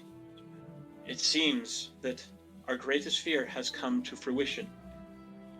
The long night is come. Please, tell me you're safe. Return at first chance you get to the Prime Plane.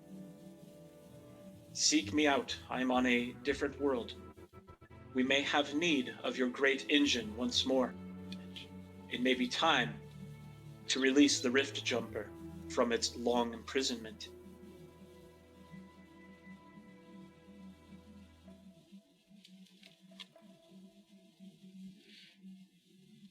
Noted.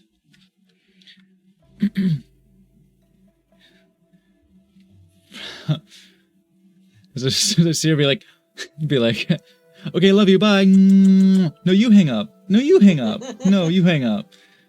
I'll make my way away from the cart, just over the barn, and to the other side of it. And just. Boop, boop.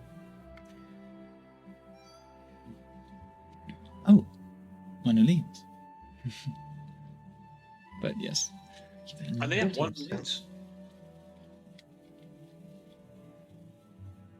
This one would speak with the prisoners. Ah, yes, yes. Our puppies did not seem to have a great night's rest, unfortunately. Good luck.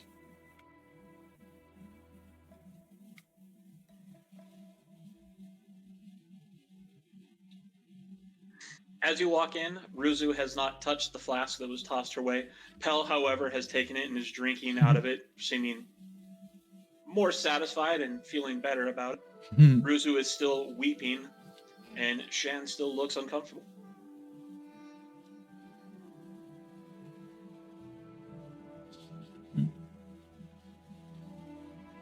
Shan, this one would appreciate a brief moment of privacy with these two. Shan will hop off the hay that they've been hanging out on. We'll give you a bow.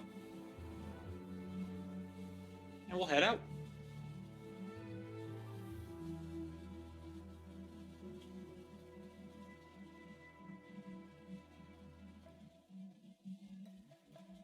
Well, Ruzu, this one would speak with you. Pell will take a drink, shrug. By all means, feel free. Though, good luck with this one. She seems to be not great. What is the matter, Ruzu? Ruzu will simply look up at you, her eyes burning red, tears running down her cheeks, and then will just simply begin to bawl harder. She's been like this ever since she woke up. My guess is it had something to do with that God's damned dream. This one understands. Rest assured. This one, its party, the Senate, everyone here will do all in their power to prevent this cataclysm. I gotta say that's comforting, I suppose, to a point, but, you know, fuck it. And he'll just take another drink. This one comes to discuss the matter of your future. Oh, by all means, sure. I mean, we're either dead by the hands of the Crimson Lord, you're prisoners, or, I don't know, we just wait around long enough for reality to not exist anymore. So let's hear it. What do you got? The situation being as dire as it is, all help will be needed. And as your sentence, should you provide I had it 94 tonight. Yeah. your labor and efforts to the continuation of our mission and establishment of our foothold. Once the task is done, you will be given back freedom and decide for yourselves where you want to be. And should you decide it, the option to remain with us in our service, not as slaves, will be yours. Pell will just kind of sit in silence for a moment, staring at the flask and looking up at you.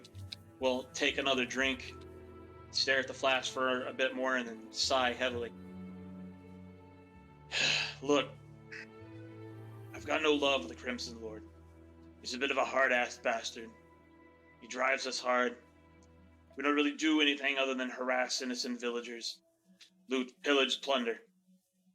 But, you know, it was a living of a sort. But I have no love for it. In fact, it was fairly miserable most of the time. Now, I know for certain that none of it even mattered. Creation itself could be undone, despite anything and everything I've ever done here. Maybe in spite of it.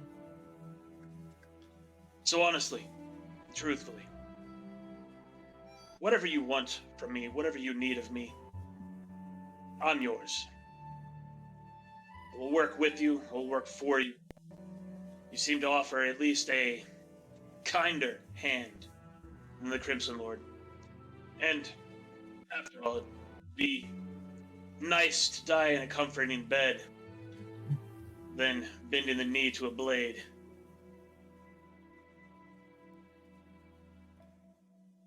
So I accept whatever the deal is. I can't speak for Ruzu, and I don't think even Ruzu at the moment can speak for Ruzu. Whatever it is, it certainly shook her up, and shook her hard. This one understands. Shake it off, shake it off. Do know that your role to play in this is not insignificant. Every one, every life flourishing in able bodies are going to be of utmost import in the coming times. Death will take as she does, and she will give back. But know that none of it is in vain. Well, I mean, at least you're chipper about it. So like I said, I'm in. Whatever you want, whatever you need. This one looks forward to working with you. Oh, sure. Sure it'll be a great time.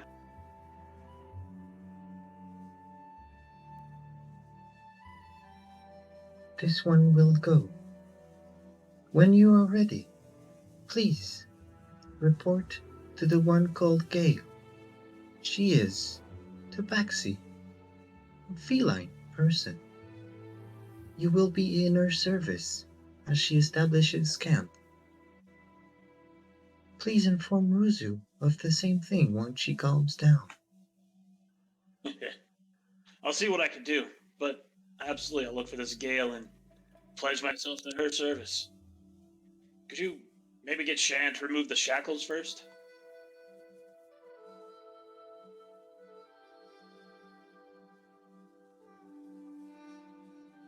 Yes.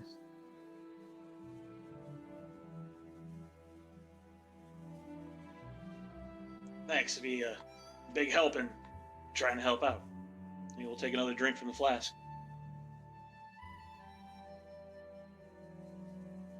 Farewell, Belle.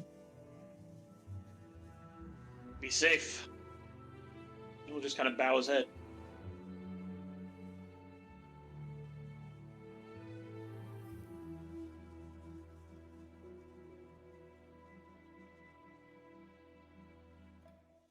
Okay.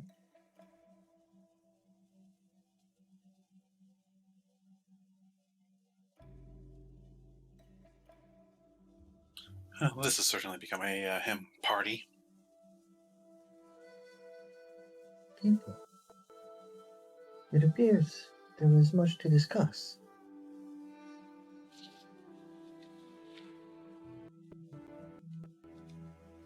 It would seem. I take it we all saw the same thing. It appears so. A elf speaking of a long night. Yes. I'll look. I'll try and catch Athos' attention. Athos seems a little distracted at the moment, but he does nod in answer to Yuzora. That was specifically the prophecy of the Long Night. It has been known among the Court of Shadows for quite some time. The Raven Queen, when she was the Lord of Shadows' wife and consort, worked diligently to try and understand it, and if possible, to forestall it. It is a shame that she disappeared for so long. Perhaps she might have been able to provide more insight. This one believes Yome and our mission here has an important role to play in the unfolding of this prophecy. The divinities themselves, at least those who serve and are the cycle, seem to believe so. As the Great Mound has reached out. About that, what more does your mound say about this?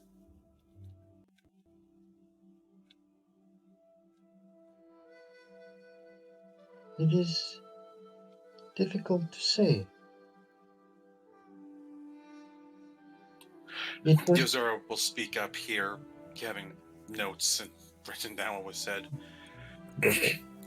We were told that we should about the threat to creation, and that we should seek protectors who laid this dormant, cloaked in shadow. The same shadow now moves to choke out the remaining light. Let's see here. Ruffles through notes. We are to stand against the shadow by shining our light and standing tall. Seek out those who burden the cycle and convince them to stop, one way or another. Let's see. He gave us directions to the... He says that he told us that there was a righteous energy to the north in the dragon area. And that specifically the beings we are looking forward to are blinded and bound in their own despair. Yes. But of the shuffle page. We have the energy to the north, which I believe is towards the dragon realm, dragon worshippers. Southeast to the great swamps, within a temple lost to the marshes and beneath the water. Amongst the high peaks, a deity moves aimlessly. In the northeast mountains, one's heartbreak caused them to be frozen. And somewhere to the far east, in the desert, a wanderer searches for solace. We were told that when faced with hatred and jealousy, do not succumb to fear. Checks everything. Skips that note, skips that. Okay. And that we were also warned that the empire of this world will not welcome us with open arms. Imagine.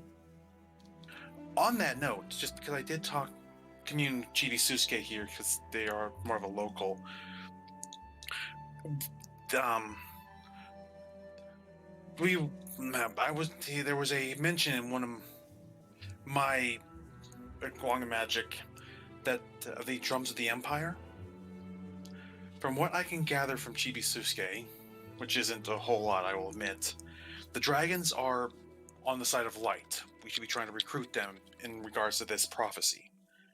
However, we should beware of the drums of the Empire. They might be working for whatever this shadow is. And that's the last of my notes.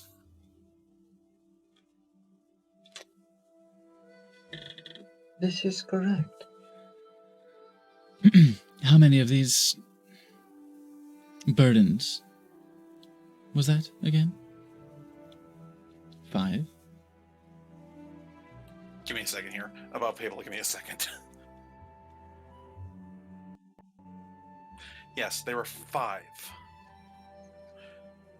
Perhaps the 5 mentioned in the prophecy. Ugh, shit, GM, it's gone, because would be where I, look at Pawnee, If that is the case, I would not be surprised.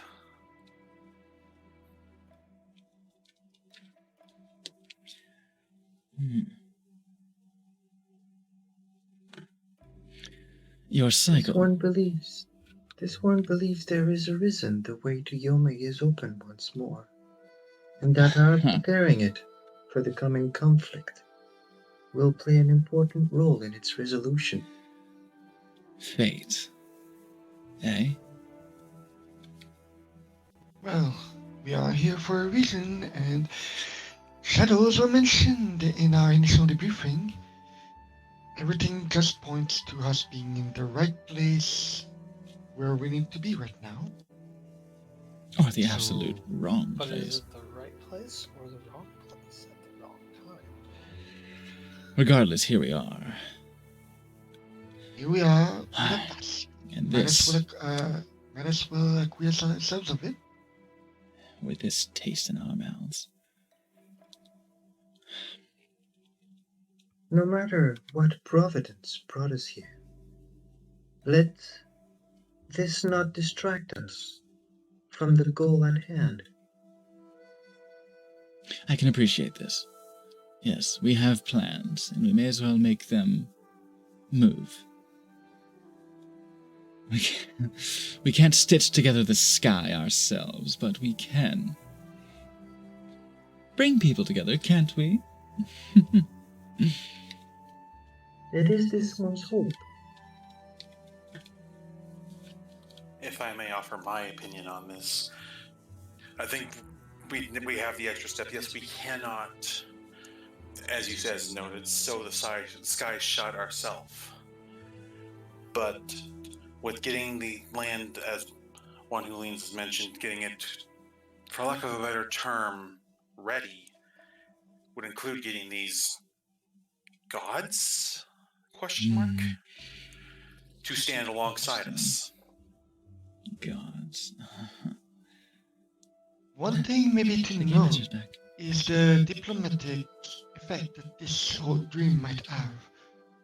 I've mentioned this earlier to you, Yozora, and it might bear for all here to know, but even my mount, Bohan, seems to have had the dream. I've never seen her this shaken. And the implication here is that if a simple cow can have the dream, it's quite possible everyone in existence has had the dream. Everyone has seen it. So how does this affect our approach to other tribes? Not to be pessimistic or whatnot, but Yozora just stops and looks around. We were the front of the spear, right? Aren't there 5 of us? Dove smiles. We could be the heroes, as far as they know. We could be the 5 who stand against the coming darkness. I'll certainly be willing to tell them that. In the end, for now, that's not a line of thought that really gets us anywhere. For now, we What? just You move wouldn't trust and the we see how 5 this heroes goes. meant to stand up and defend creation? How willing Well, to no, sign a fair trade enough. agreement with us would you be Zora's just then? like, I was thinking that might be what other people who have heard this might think, especially with us just- going across the land. Correct. That While works in this our one favor. would not recommend a barefaced lie or assumption, it sees no reason to disabuse people of that notion should it come to them.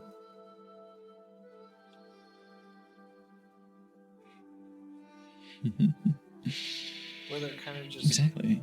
shivers a little bit, and kind of starts to walk away a little bit. You don't have to tell them anything.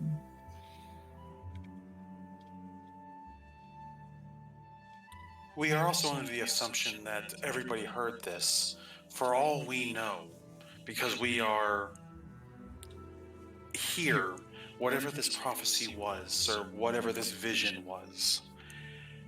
It may have just been targeted here, and the only people who heard that prophecy were in this, I'll highball it and say the village. Evidence points to everyone having heard it. Like I said, I At don't least from think our this. standpoint. I don't think this was targeted to Would rule it. anyone, or else they would not have bothered to target a simple cow. And as much as I love Bohan as a lifelong friend, she is not some kind of spirit animal. She is not special in that way. What about your little friend here? Your little, buddy. No, look at Chibisuke. And about your... Oh. With it. He kind of shrugs it off the call of his name a little bit and just kind of still kind of shivering a little bit.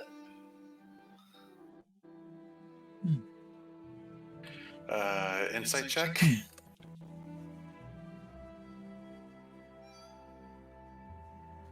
The more you don't even have to. No, Hey. You can tell he's visually shaken by as the more he kind of thinks about it, the more it kind of gets to him, if anything. Dove puts a hand on his shoulder. Hey. You alright? He kind of looks up, a little bit of a red tinge in his eyes. Just he doesn't really have any words to really kind of say much to it, if anything.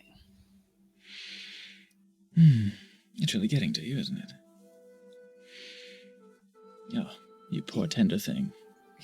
He kind of halfway nods, and then kind of tries to and pets Aiden kind of to see if it kind of soothes him a little bit. Double actually pull Wither in to his chest. You're too soft for this world. Little pets on his head. He doesn't pull away, I guess, but he doesn't really kind of embrace it as you kind of think, as you kind of think of to kind of let out of his emotions. He doesn't really push. He doesn't push either way. He doesn't pull away or push away. He just kind of stands there. Just limply, just a little yeah, dead just wood. kind of lets it happen, kind of thing. You get used to existential dread after a while.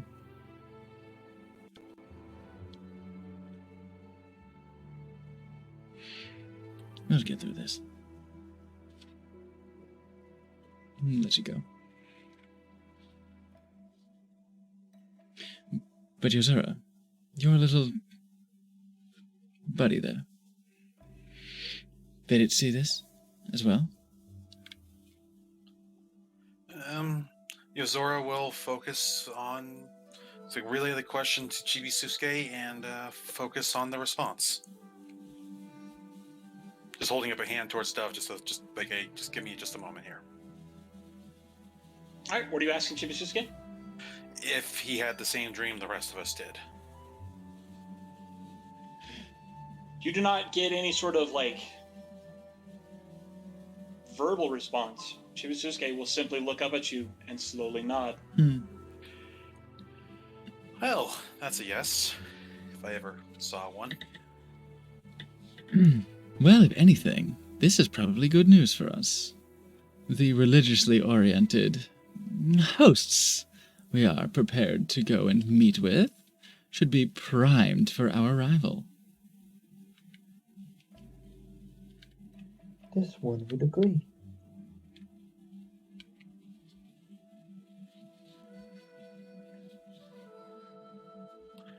Let us hope they are open to talking with us.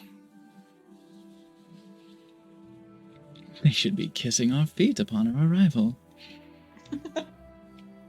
This one trusts that everyone is ready to depart for their assignments that were discussed previously.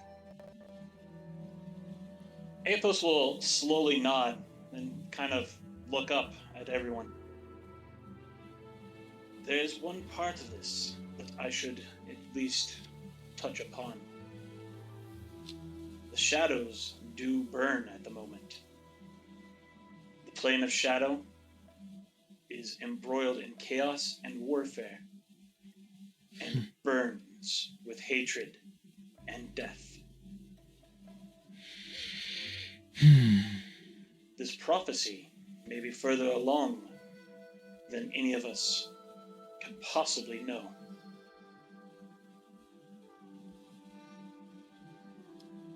It is very much worth taking into account, but again, there's not much else we can do than that which we had already set out to do here. It only adds urgency to us doing it. Even with all the urgency, though, we do have to be careful. One wrong Absolutely. step, and we waste even more time than if we did it properly. Waste make waste, and yes, it is better to do it right than to do it hastily.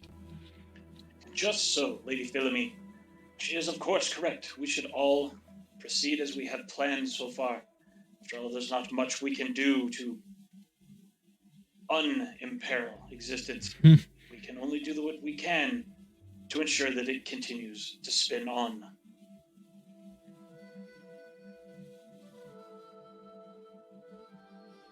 Wither, kind of hearing that, kind of takes a long drink from his water skin and just kind of braces, if anything, and walks back to the group.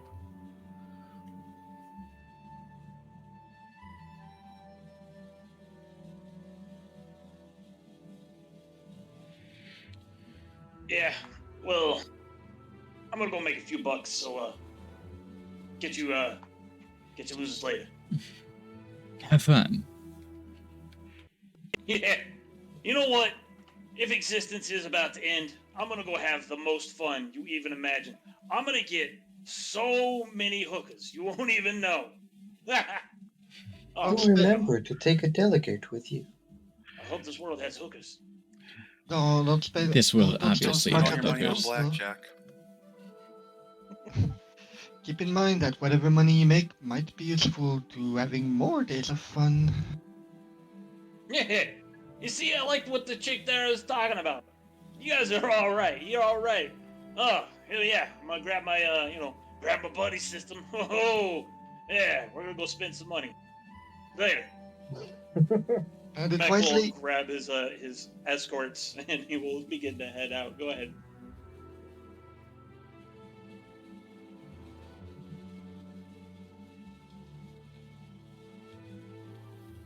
That's the last time anyone saw Mac. And he was, yeah. Yeah. Oh, never heard from him again. Yeah. I want to At least in this campaign. I want to catch Athos's eye and just get a little head tilt. Come here. Cestia and Zolna will kind of meet up real quick, will confer with each other, and they will head south with their own escorts and extra delegates and begin heading for the at this point nearest village. One who leans, do you have a copy of your trade agreement? Yes. I would be most appreciative if you would hand that to us as we depart, so that we may show it to the other villages in the area. Of course. Here you have it. Thank you.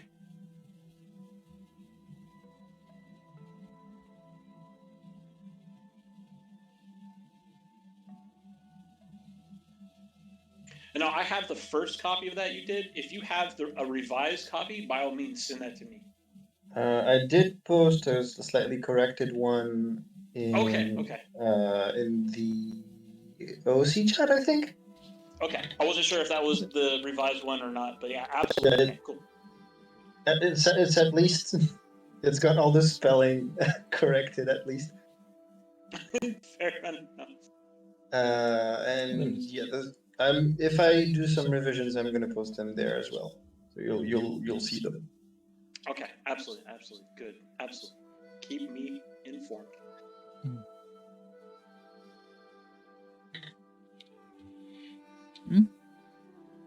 Graham will turn to everyone and address Gale. Well, you'll be holding down the fort. Badcat and I will be heading off a little bit to the east, see if we can meet with this Crimson Lord and find an amicable way to end the hostilities. Good luck, and I hope to see, when I return, a finished established settlement. Good luck, all of you. We both had in respect. Yeah, crack the whip. Crack the whip, Daddy. Go ahead. Athos will simply look at Pawnee and Gale, nod, and then head towards where Dove is. Okay.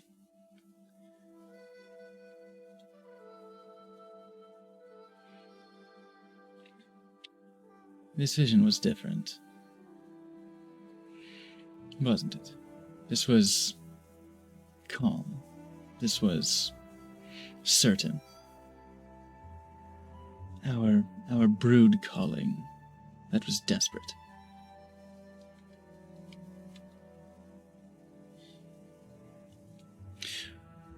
We were given more of a prophecy from this mound of ours.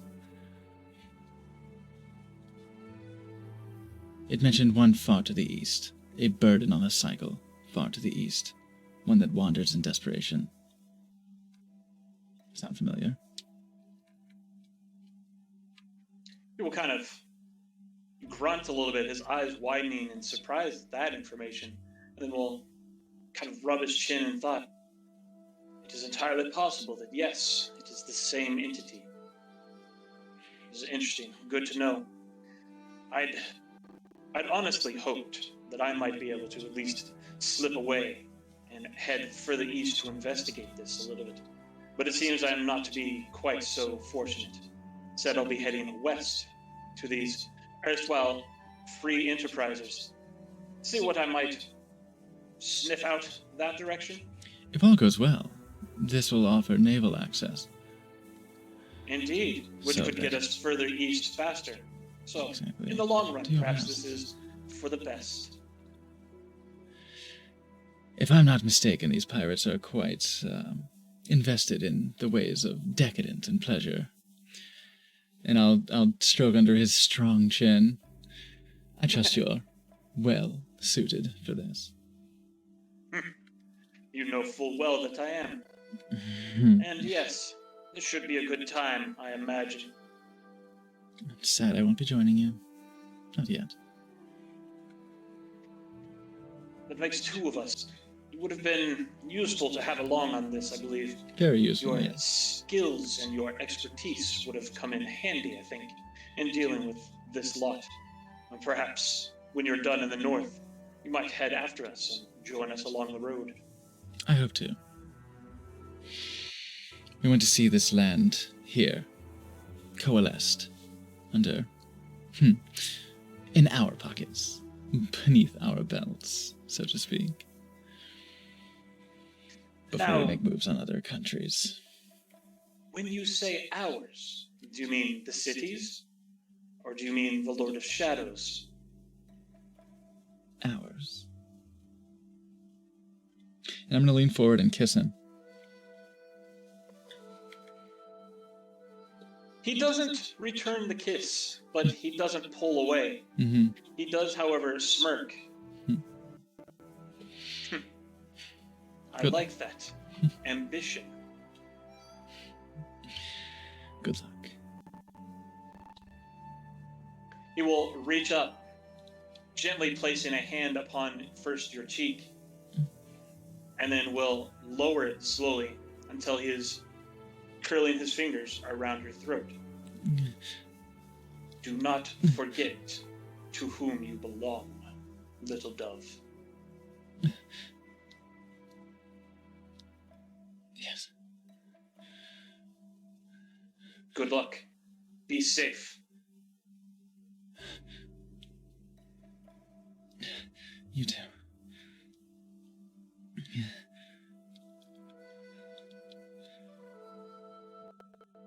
And he will release you, and he will head off.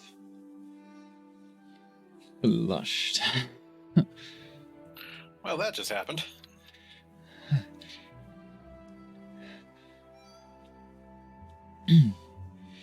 I'll compose myself. Take a moment. Let something go down. And come back and join the party.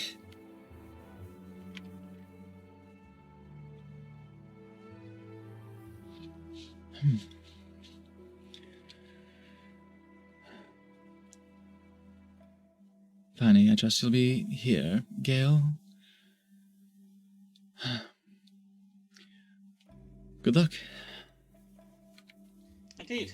Good luck to all of you as well. Be safe upon your journey. It would do me well to see you all returned, of course. And yes, Pawnee and myself will be here or a little bit to the west amongst the ruins. Should be able to find us. If nothing else, Magistrate Gil. Tor. Yes. Before you depart, you should see with Sean over there that he might deliver unto your service 2 prisoners that we have. So you say. Excellent. A good little extra labor force right off the bat. That will be quite handy. And they know the local area already? Oh, this is delightful. Much appreciated. Bows heads in respect. She will return the back. Now, if nothing else, Magistrate Tor should know where we are, or at least how to get a hold of us. You may consider, she kind of gestures around, this area to be our, at the moment, common stomping grounds. We may gather here, so expect to see us around if you're in the area. Understood. Fantastic. Azura will nod their head. Then we will fetch the 2 delegates to accompany us half the way and depart north as soon as possible. Absolutely. It is much appreciated, though of course ultimately unnecessary for you to escort them. It is appreciated. Better safe than sorry, correct? Pawnee will nod at that.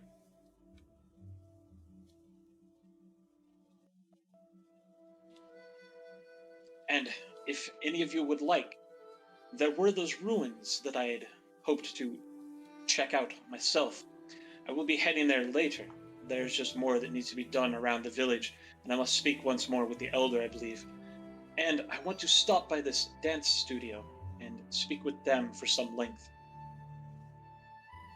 This one believes the ruin might be of import and should be explored once the area is secure. Agreed. Shall we stop there ourselves on the way to the north? It would be appreciated if you wanted to stop in and take a look. I'm always fond of gathering more information, personally. It should not be too much of a detour. As long as it's not too far out of the way. We have been informed we now have a time limit after all. Not that we know what the time limit is. Pawnee will simply nod at that. You are not wrong, and it would be most appreciated if you do run into anything too dangerous or too, I suppose, interesting to be kept to ourselves. Please do return and inform us so that we may handle it appropriately. Understood. Naturally. We will do our best. Thank you again. The lot of you have been quite exceptional. All of you have done an excellent job this far, and I look forward to continuing to work with all of you. Good luck, be safe along the road, and hopefully by the time you return, you have a home waiting for you. That is a hopeful thought, and we look forward to it. And Gale will kind of just bow to you, and she and Pawnee will begin to just confer amongst themselves the things that they might need, and we'll start heading off towards the rest of the village.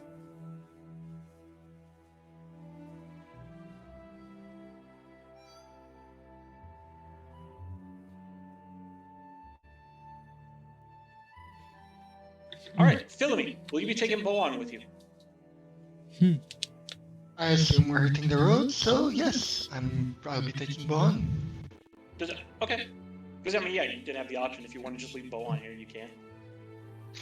But I assume you wanted to take her with you. Just check it. Yeah, anywhere we go, unless it's somewhere where Bohan might not be able to enter, Bohan comes. Absolutely. Okay.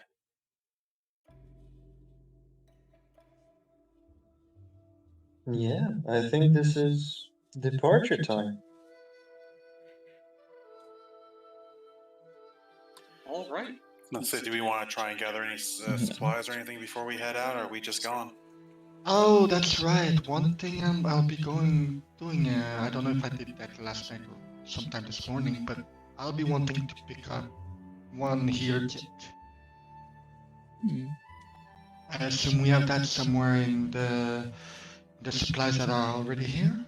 Yeah, like when it comes to that, I mean, you tell me how you guys want to do it, but I wouldn't usually like do a grocery list in game, but we can. Because I do know that Wither did mention kind of maybe getting some financial support as well as some supplies as well on our way back. Absolutely. I would love to re-up on oil. I honestly probably I should too, given that I have the ability to set things on fire as well. Can I make it like 5?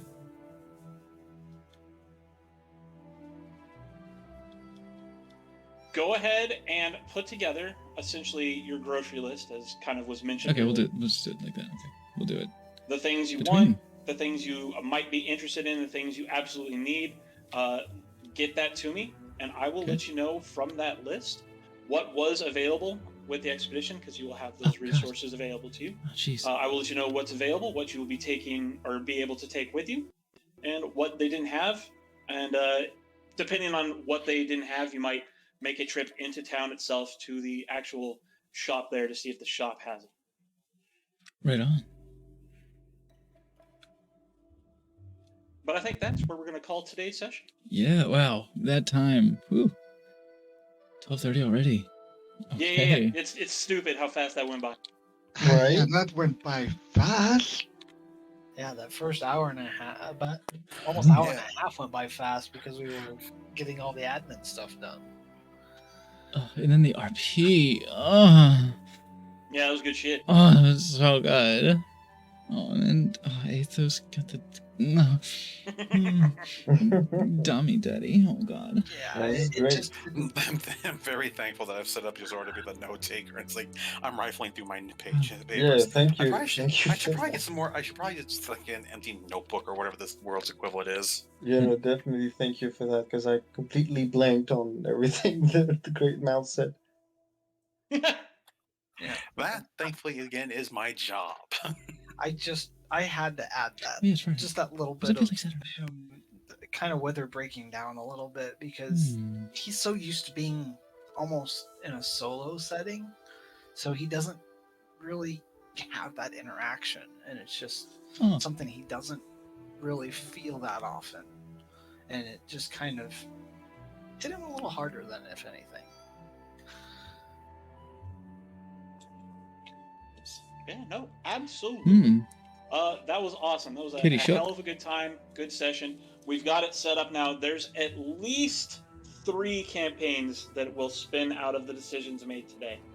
Awesome. That's rad. Damn. That's good to know. Like we most of us said, let us know where that happens, because we'll be wanting to see that. No, absolutely, and likely those will be campaigns that will be available to your characters after this one is done, depending on what your characters want to do. Because after this is done, you can simply return to the city and then join other adventures that way, or you can stay here on Yomei, learn more, explore more, do more. But that's down the road. We'll worry about that later. He gave one Uling's like pretty much a divine mission, so he's gotta be in now. Yeah. Yeah, Hey, absolutely. I'm gonna set up a little Speaking of raid here. that, when you have a minute, Iron Mark, let me know, because there's a couple of things I want to check with you. Yeah, but I think after that campaign, I might just give you the character Mark, and let him just do what he do if he survives as part of the setting, and then make a new one, because I like making new characters. Yeah, absolutely. Yeah. Next time we will will start either with all the supplies in hand and you heading out, or we'll go for a quick shopping trip in town and then head out. I'll see you guys next week. Yes. Thank you very much. Yeah, speaking of, I will be shooting a message towards you, Bog, as well. I had something I was inspired by something that Slappy over there said last week. It's like, I just didn't get time to write it down because my week's been a lovely pile of what the hell. Inspiring. Oh, by all means, yeah. Message me, whatever you need, whatever you want, whatever's up. Let me know what's going on. Okay, we've got a little raid set up to go to Mondo Mole number 3. They're playing Power Wash Simulator. I'm hoping to have them for both campaigns for the rest of this week. We have Storm Riders and Little Heads, but we'll see how their spoons go. But for now, just give them a little love. Give them a little slappy-doogasm. And if you don't have slappy-doogasm, why? I'm gonna cry. But give them any gasm you got. What's a chasm between friends, after all? We'll see you all next time. Till then, stay easy.